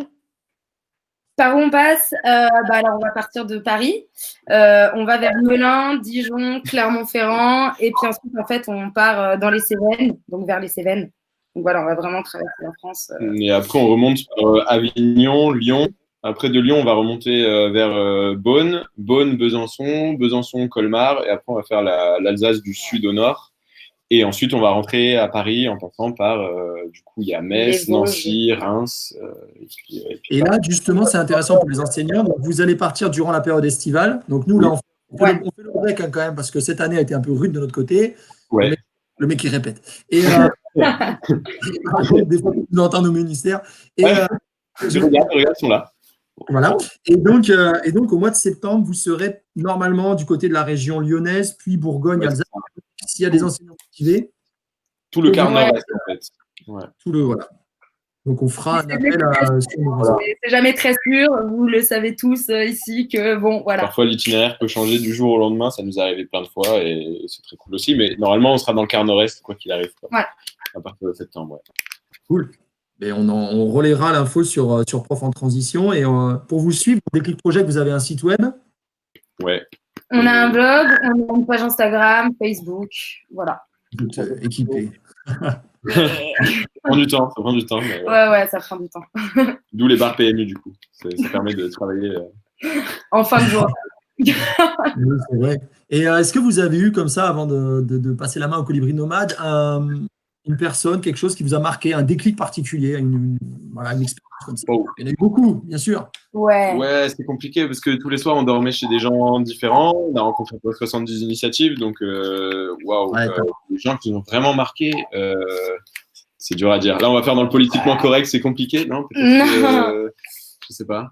Ouais. Non, ça doit être beau à voir. Après, c'est beau à voir comment les gens ils évoluent tous ici et ailleurs devant les écrans. Si d'ailleurs les gens regardent cette émission, c'est qu'il y a un déclic aussi qui s'est opéré à un moment. Voilà, c'est beau à voir, quoi. C'est vraiment riche ce que vous avez vécu quand même. Ouais, non, c'est clair. Il y avait des gars qui vivaient avec quasiment rien, quoi, en quasi-autonomie, et ils faisaient tout eux-mêmes. Et ça, c'est incroyable de voir à quel point, avec rien, en fait, ils arrivaient à faire. Ils avaient de l'or entre les doigts, ces gars-là, quoi. Ouais. Il y avait ça. Il y avait aussi des initiatives qui étaient. C'était une jeune, une entrepreneuse qui s'était reconvertie et qui avait remarqué qu'autour d'elle, il y avait un gaspillage alimentaire de malade.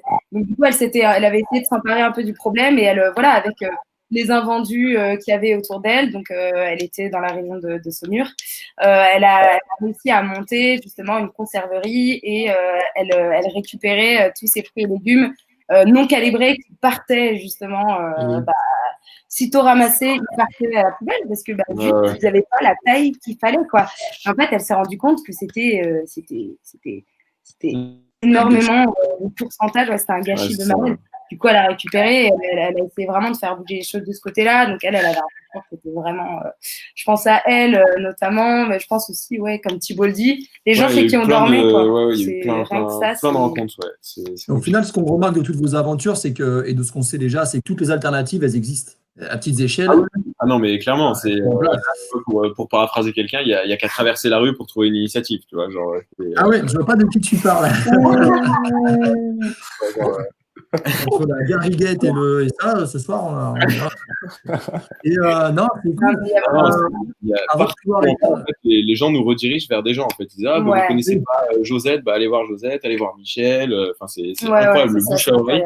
On est parti, on avait une carte avec 60 points. Et là, on a 500 ou 600 points grâce au bouche à oreille. C'est chouette. Et oui, c'est la force des réseaux qui se tissent de plus en plus en local et qui sont pas mal tissés grâce à un dispositif du Covid. Hein. Il y a eu des réseaux en local et en autonomie qui se sont un peu tissés. Et là, ça nous emmène à parler de l'initiative de nos amis Colibri Nomade qui finissent un peu le bal pour ce soir. Bon, on aura le temps après d'échanger un peu plus ensemble. Colibri Nomade qui, vous êtes sur un tour du monde à la recherche des colibris. Donc, bonjour Laurent Bastien. Hello à tous.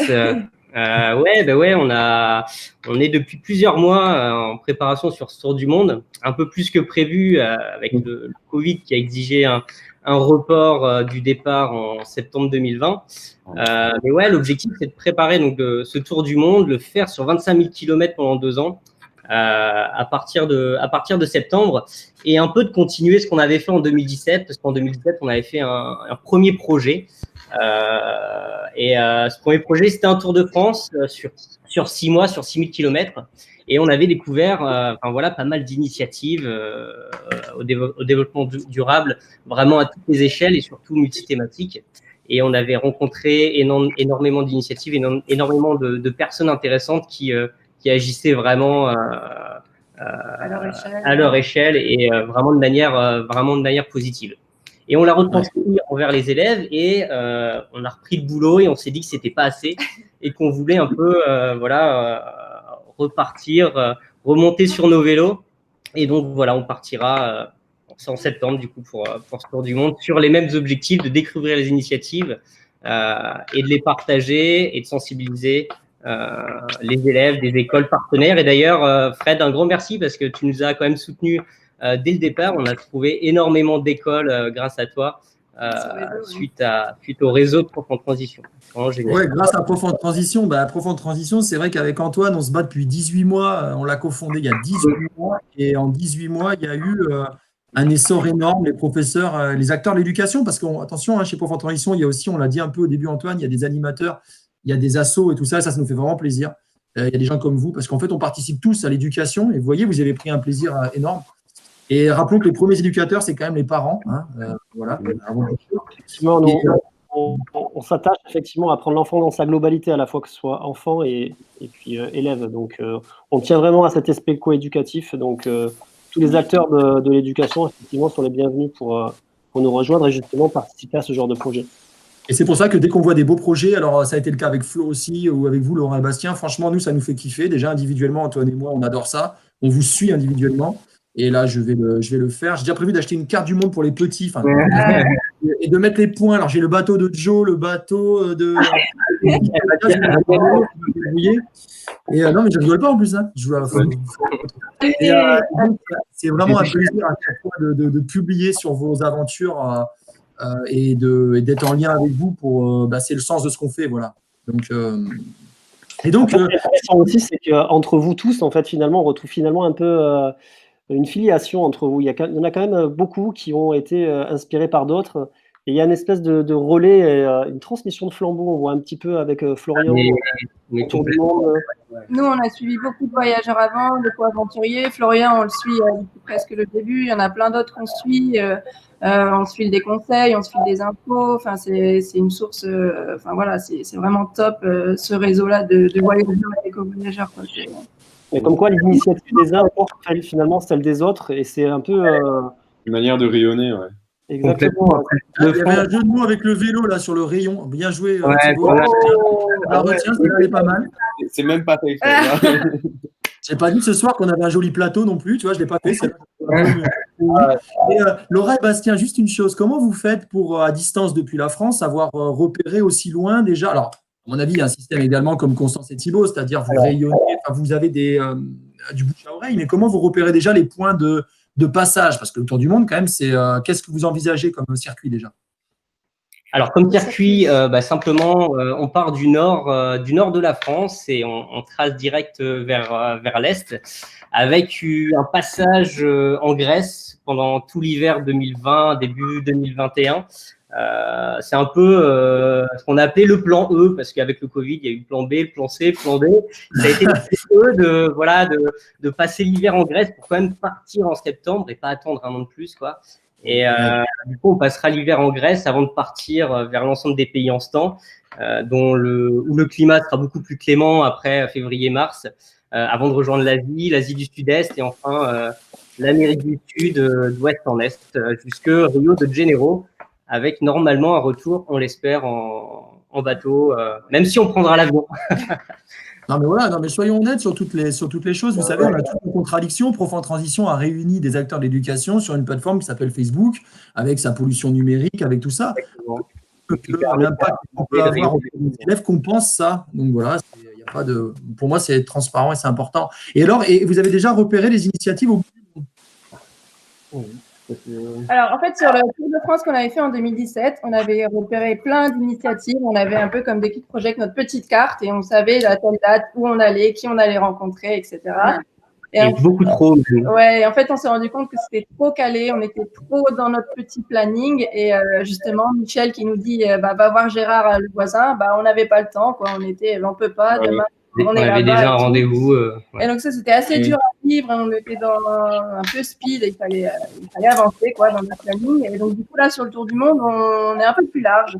On y va un peu, entre guillemets, à l'improviste. On va se laisser aller par les rencontres, par les contacts, par le bouche à oreille. Donc on a quelques points dans les pays, dans les capitales, où là, c'est beaucoup plus facile à trouver. Mais après, les rencontres de Colibri, elles sont vraiment au fil de l'eau, au fil des rencontres et beaucoup moins organisées que le Tour de France qu'on a eu en 2017. D'accord. Et au niveau des écoles, comment ça se passe si on veut vous suivre? Qu'est-ce que vous proposez comme contenu pédagogique? Parce qu'on en avait parlé en introduction aussi avec Fred. Évidemment, c'est à chaque enseignant d'avoir sa liberté pédagogique pour prendre les projets comme il le souhaite et les aborder de la façon dont il le souhaite. Ouais, c'est ça. Mais vous avez quand même vous avez bien réfléchi à la question et vous avez proposé plusieurs solutions pour les écoles. Ouais, c'est ça. En fait, on pense que l'enseignant a le droit et a la possibilité de choisir en fait le degré d'implication dans notre projet. Donc, il y a le premier niveau où il suit notre projet sur notre site internet, notre page Facebook, voilà, où il y aura des articles, une vidéo mensuelle, etc.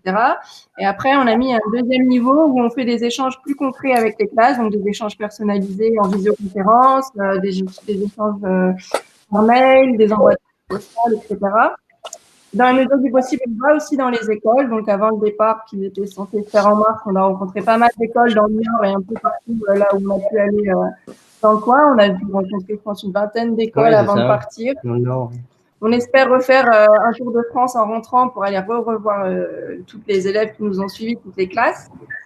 Et après, il y a une petite particularité aussi pour les élèves de CP au CM2. En fait, on rédige tous les mois une newsletter mensuelle qui leur est dédiée.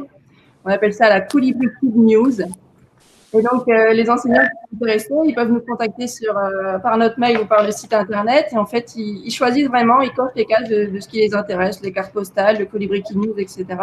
Et donc, ça nous permet vraiment d'aller plus loin. Ça leur sert de base de travail sur des séquences pédagogiques qui sont un peu plus poussées, sur les sujets qu'on va développer, sur les colibris qu'on aura rencontrés au fil des mois. Donc voilà, il y a vraiment… Tout simplement, ils peuvent vous suivre tout simplement sur les formats vidéo, peut-être. Oui, Oui, ça, fait, il y aura ouais. une vidéo par mois. Bastien, il est chargé du montage vidéo. Et donc, un peu comme Florian, il y y aura une vidéo mensuelle. Impression, Bastien, c'est toi C'est les génial d'ailleurs, Florian. Bravo. Grave. Le technicien. Oui, ouais. Et est-ce que vous avez prévu de rencontrer des écoles sur votre… Parce que Flo, tu peux en dire deux mots, je te repasse un peu la main. Tu t'endormais, excuse-moi Flo. Ça va? Non, je suis là. J'écoute attentivement tout le monde, c'est tellement intéressant. Toi, tu as eu l'occasion, c'était intéressant ton idée alors, je ne sais plus par qui tu es passé exactement, mais tu as rencontré des élèves et tu as fait des conférences et tu as pu rencontrer comme ça des gens sur ton trajet. Avec qui tu as fait partenariat? Alors en fait, à l'origine, j'avais aucun partenariat et ça s'est fait vraiment au hasard des rencontres et notamment avec le réseau des alliances françaises partout dans le monde. Il y a d'autres écoles françaises en fait qui sont situées un peu partout dans le monde. Je pense que les colibris nomades auront l'occasion d'en rencontrer quoi qu'il arrive parce que je pense qu'il y en a qui vont venir directement vers vous parce qu'ils sont très intéressés. Et ça, c'est vraiment un super réseau. Et Oui. en plus, ça permet de faire des conférences en français également, devant un public qui est un des locaux, donc des étrangers. Et il y a un vrai échange dans le sens où c'est pas que la personne qui fait sa conférence qui va donner un message, c'est un vrai échange et on apprend aussi de ceux qu'on rencontre et je trouvais ça super, quoi. Et c'était un vrai hasard de le faire finalement. Ouais, c'est top ça quand tu fais ça. Alors, utiliser aussi, on a sur Prof en Transition, on a une cartographie, donc on a pas mal de membres d'ailleurs qu'on salue, hein, qui travaillent justement dans les établissements français à l'étranger. Et donc, ça sera, je pense, tu as raison, Flo, hein, c'est vraiment un plaisir de ce réseau-là de s'ouvrir à plein d'initiatives de ce type-là. Ouais. Donc voilà, on n'hésitera pas également à vous mettre en contact et en relation. Il n'y avait pas une idée chez les colibris nomades d'éthique ou de compensation? On en avait parlé, Antoine, j'ai plus l'idée en tête. Oui. Dans la démarche, il me semblait que vous nous aviez indiqué que vous cherchiez quand même à avoir une démarche bas carbone, notamment pour les traversées des océans. Ouais, alors après, on a essayé, nous, notre souhait, c'était vraiment d'éviter au possible de prendre l'avion. C'est possible sur la partie atlantique, l'océan Atlantique, de traverser en voilier. En voilier stop, ouais, ce qu'on appelle voilier stop. Et par contre, c'est vrai que pour l'océan Pacifique, forcément, vu sa grandeur par rapport à l'Atlantique, c'est beaucoup plus compliqué. Et on a peur que l'avion, malheureusement, s'impose sur cette partie-là.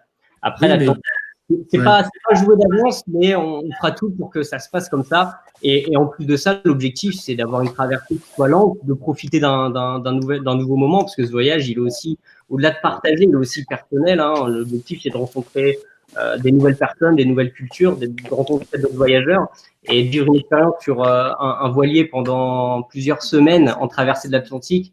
Je pense que c'est une expérience de vie que ce serait dommage de ça dépend si tu as la tempête et que tu as le mal de mer. Ça peut être une expérience de vie. Il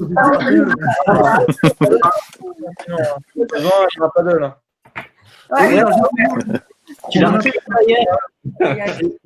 Si vous retrouvez le kayak d'Axel, d'ailleurs, on fait un petit métal. Oui, bien. Il y avait marqué le petit voyageur dessus? Non, il n'y avait rien, malheureusement. Ouais, c'est dommage.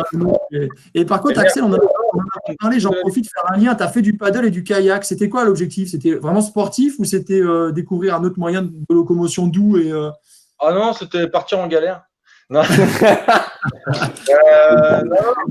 l'objectif, non, moi, pour le coup, je ne savais pas faire de paddle. C'était tester tes limites, c'était ton introspection finalement.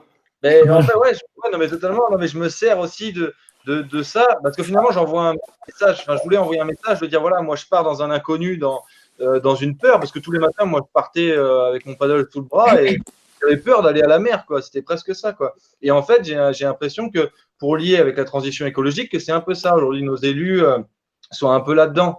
Et souvent, nos peurs, parce qu'on a peur qu'on n'y va pas. Et quand on y est, quand on est obligé d'y aller, finalement, on se dit, bon, ça se fait, quoi. Donc, au début, j'étais à genoux sur mon paddle, tranquillou, puis après, petit à petit, je me suis mis debout, puis après, en avant, quoi. Je me suis pas fait voler, par chance.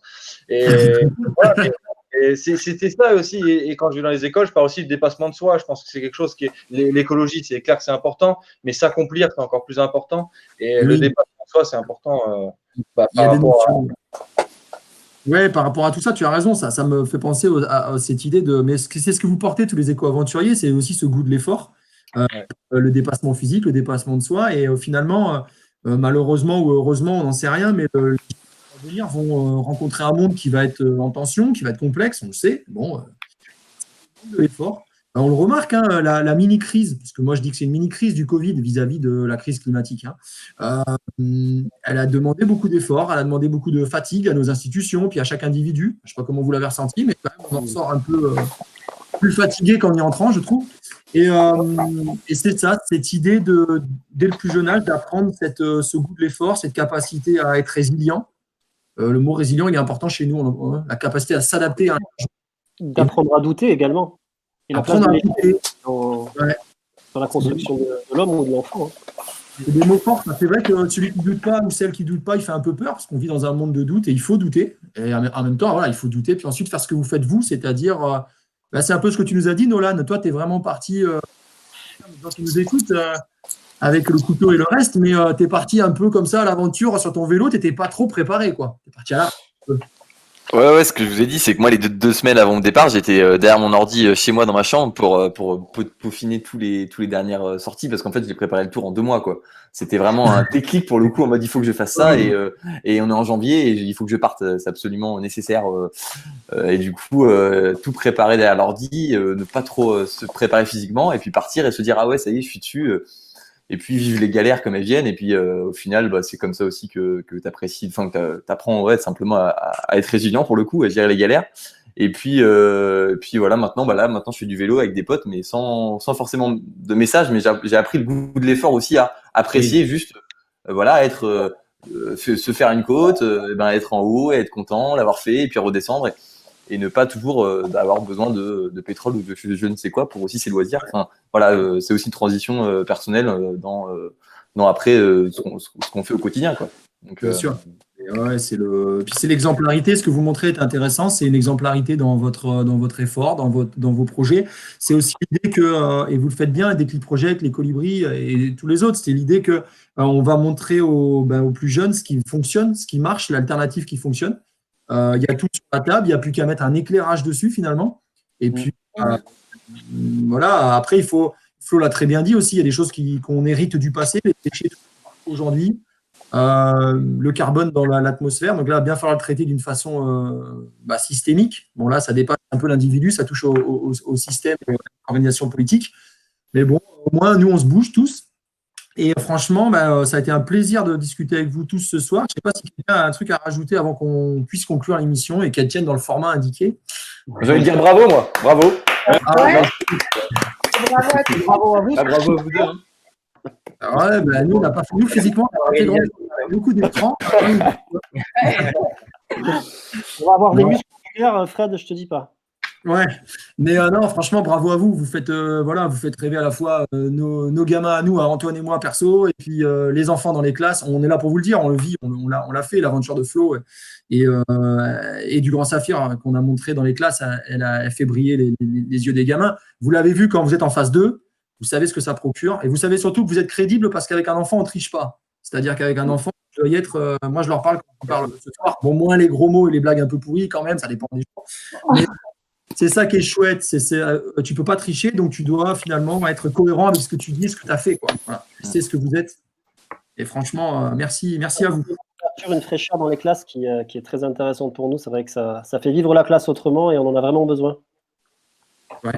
Et n'oublions pas, amis enseignants, qu'on a besoin de motiver nos élèves à fond, et les éco-aventuriers, vous êtes une source de motivation qui est parmi les plus, franchement, les plus puissantes, parce que tout gamin rêve d'être un aventurier, point. Je veux dire, il lui fait choisir. Et vous mettez en valeur des vraies aventures avec des moyens doux comme le vélo. Voilà, c'est l'avenir, quoi. L'avenir. C'est beau, c'est magnifique. C'est magnifique.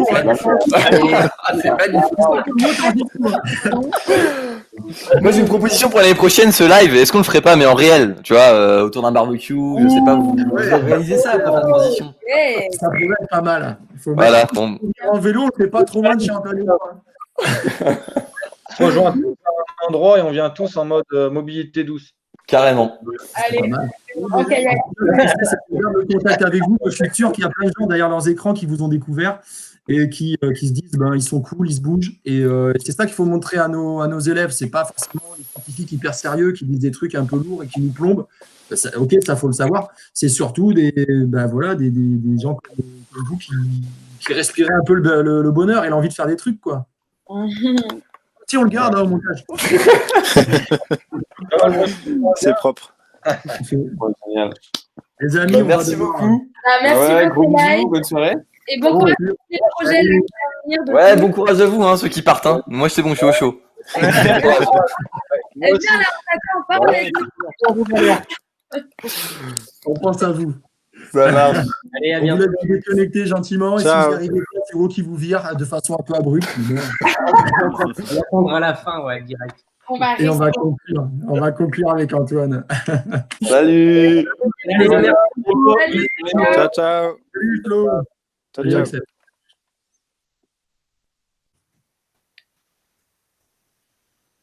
Bon, voilà, nous voilà à l'issue de cette rencontre ce soir, Antoine. Ça a été riche quand même en infos, en émotions, en plein de choses, quoi. Ah ouais, effectivement, 2 parties très riches, à la fois côté marin et à la fois, sur terre avec ces bikers qui sont, tous ultra motivés, puis finalement tous un peu interconnectés. En tout cas, Ouais. ils se sont toujours, les uns ont motivé les autres et je trouve qu'il y a cette transmission aussi de cette motivation vers leur projet. Et vers On nos voit bien élèves. leur détermination. Je ne sais pas si tu l'as ressenti effectivement, mais c'est Ouais, on ressent ça, tout ce qu'on a dit, et ça transpire jusque vers nos élèves. Je veux dire, c'est quelque chose de précieux. Chaque enseignant va pouvoir, chaque acteur de l'éducation, parce que rappelons que tout ça peut être utilisé par qui veut s'en saisir finalement. L'objectif, c'est de mettre tout ça en lumière. Je pense que vous avez découvert ce soir de belles initiatives. Donc un voilà. empilement de valeurs qu'ils transmettent, hein. Ouais, voilà, ouais, tu as raison. Et puis, c'est la vocation des profs, c'est d'être des passeurs de savoir. Bah, ce soir, on s'est fait prof en transition, passeurs d'aventure, d'initiative. Saisissez-vous. Enfin, moi, je sais que déjà dans ma classe, je vais suivre tous ces projets. Parce que je pense que tout ça, c'est cohérent et ça peut former d'ailleurs un projet de classe, hein, sous le thème de l'éco-aventure. Si on doit résumer, Antoine, on a donc Joe. Projet sillage qui part au mois de septembre, si les conditions évidemment au niveau Covid le permettent, sur les traces pendant 2 ans. Un projet effectivement historique et Oui, citoyen. projet historique qu'on peut suivre sur donc la page sillage.org. Ensuite, Antoine, si on peut parler un peu projet Uno Mondo. Uno Mundo, donc qui partent en bateau sur l'Arctique, autour de l'Arctique, pardon. Groenland, avec ouais. un bateau historique d'ailleurs qui a fait déjà plusieurs traversées, avec un équipage de scientifiques, de caméramans pour sensibiliser au changement climatique et à la rencontre des populations locales.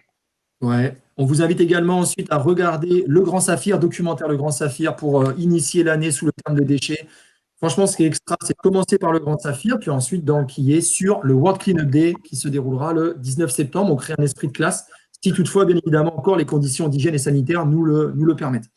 Ensuite, on a la partie océan. La partie océan, non, la partie océan, on l'a fait. La partie bike avec, on avait commencé par Flo. Par Florian de Slick and Trip, donc qui a interrompu un petit peu son projet de manière anticipée et qui, par contre, revient avec une vidéo qui résume ses aventures et un book, enfin un bouquin, un album.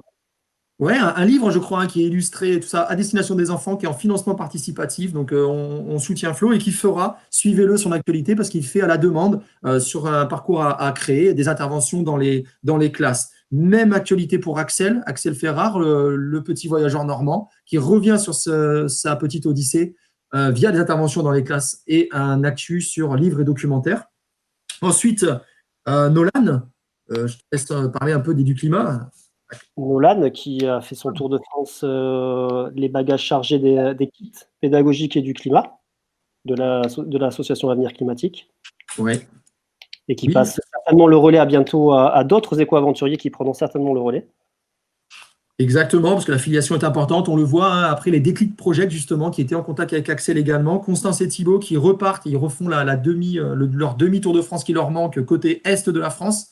Ils se retrouveront au mois de septembre, région lyonnaise, puis Bourgogne et Alsace. Donc, n'hésitez pas aussi à les solliciter pour qu'ils viennent intervenir dans vos salles de classe. N'hésitez pas pour tout cela à liker leur page, à vous abonner à leur newsletter. Et enfin, Antoine, pour le projet Colibri Nomade. Les Colibri Nomades qui partent à la rencontre des initiatives, donc ils vont se laisser porter justement par les rencontres et autour du monde. Sur un tour du monde. Exactement. Tout ça va nous permettre d'élargir nos horizons de nos classes, hein, vraiment ouvrir les portes de nos classes, à la fois de nous côté enseignants ou côté élèves, mais également les faire peut-être venir à terme également dans les classes. C'est ce que font la plupart des éco-aventuriers à la fin de leur périple. Cette volonté de transmettre. On en profite pour finir, donc pour vraiment remercier tous nos partenaires. Gros merci à Citoyens pour le climat et à WO qui a organisé la régie et le technique sur ce live. Également, on vous invite, si ça vous a plu, à rejoindre le réseau Prof en Transition, le site web, la page Facebook et surtout le groupe Facebook qui est bien vivant, où on échange jour après jour pour construire une école qui soit plus éco-citoyenne, plus solidaire, pour emmener la transition écologique et sociale jusque vers nos élèves. Et un petit remerciement spécial particulier à toute notre équipe qui, au quotidien, fait vivre Prof en Transition. Donc, je pense évidemment à notre équipe de modération et notre équipe de rédacteurs qui font vivre aussi le blog avec nous. et à tous nos membres qui nous motivent chaque jour à continuer, à essayer de faire de belles choses. Donc voilà, on continue, on lâche rien et on vous embrasse. À bientôt. À bientôt.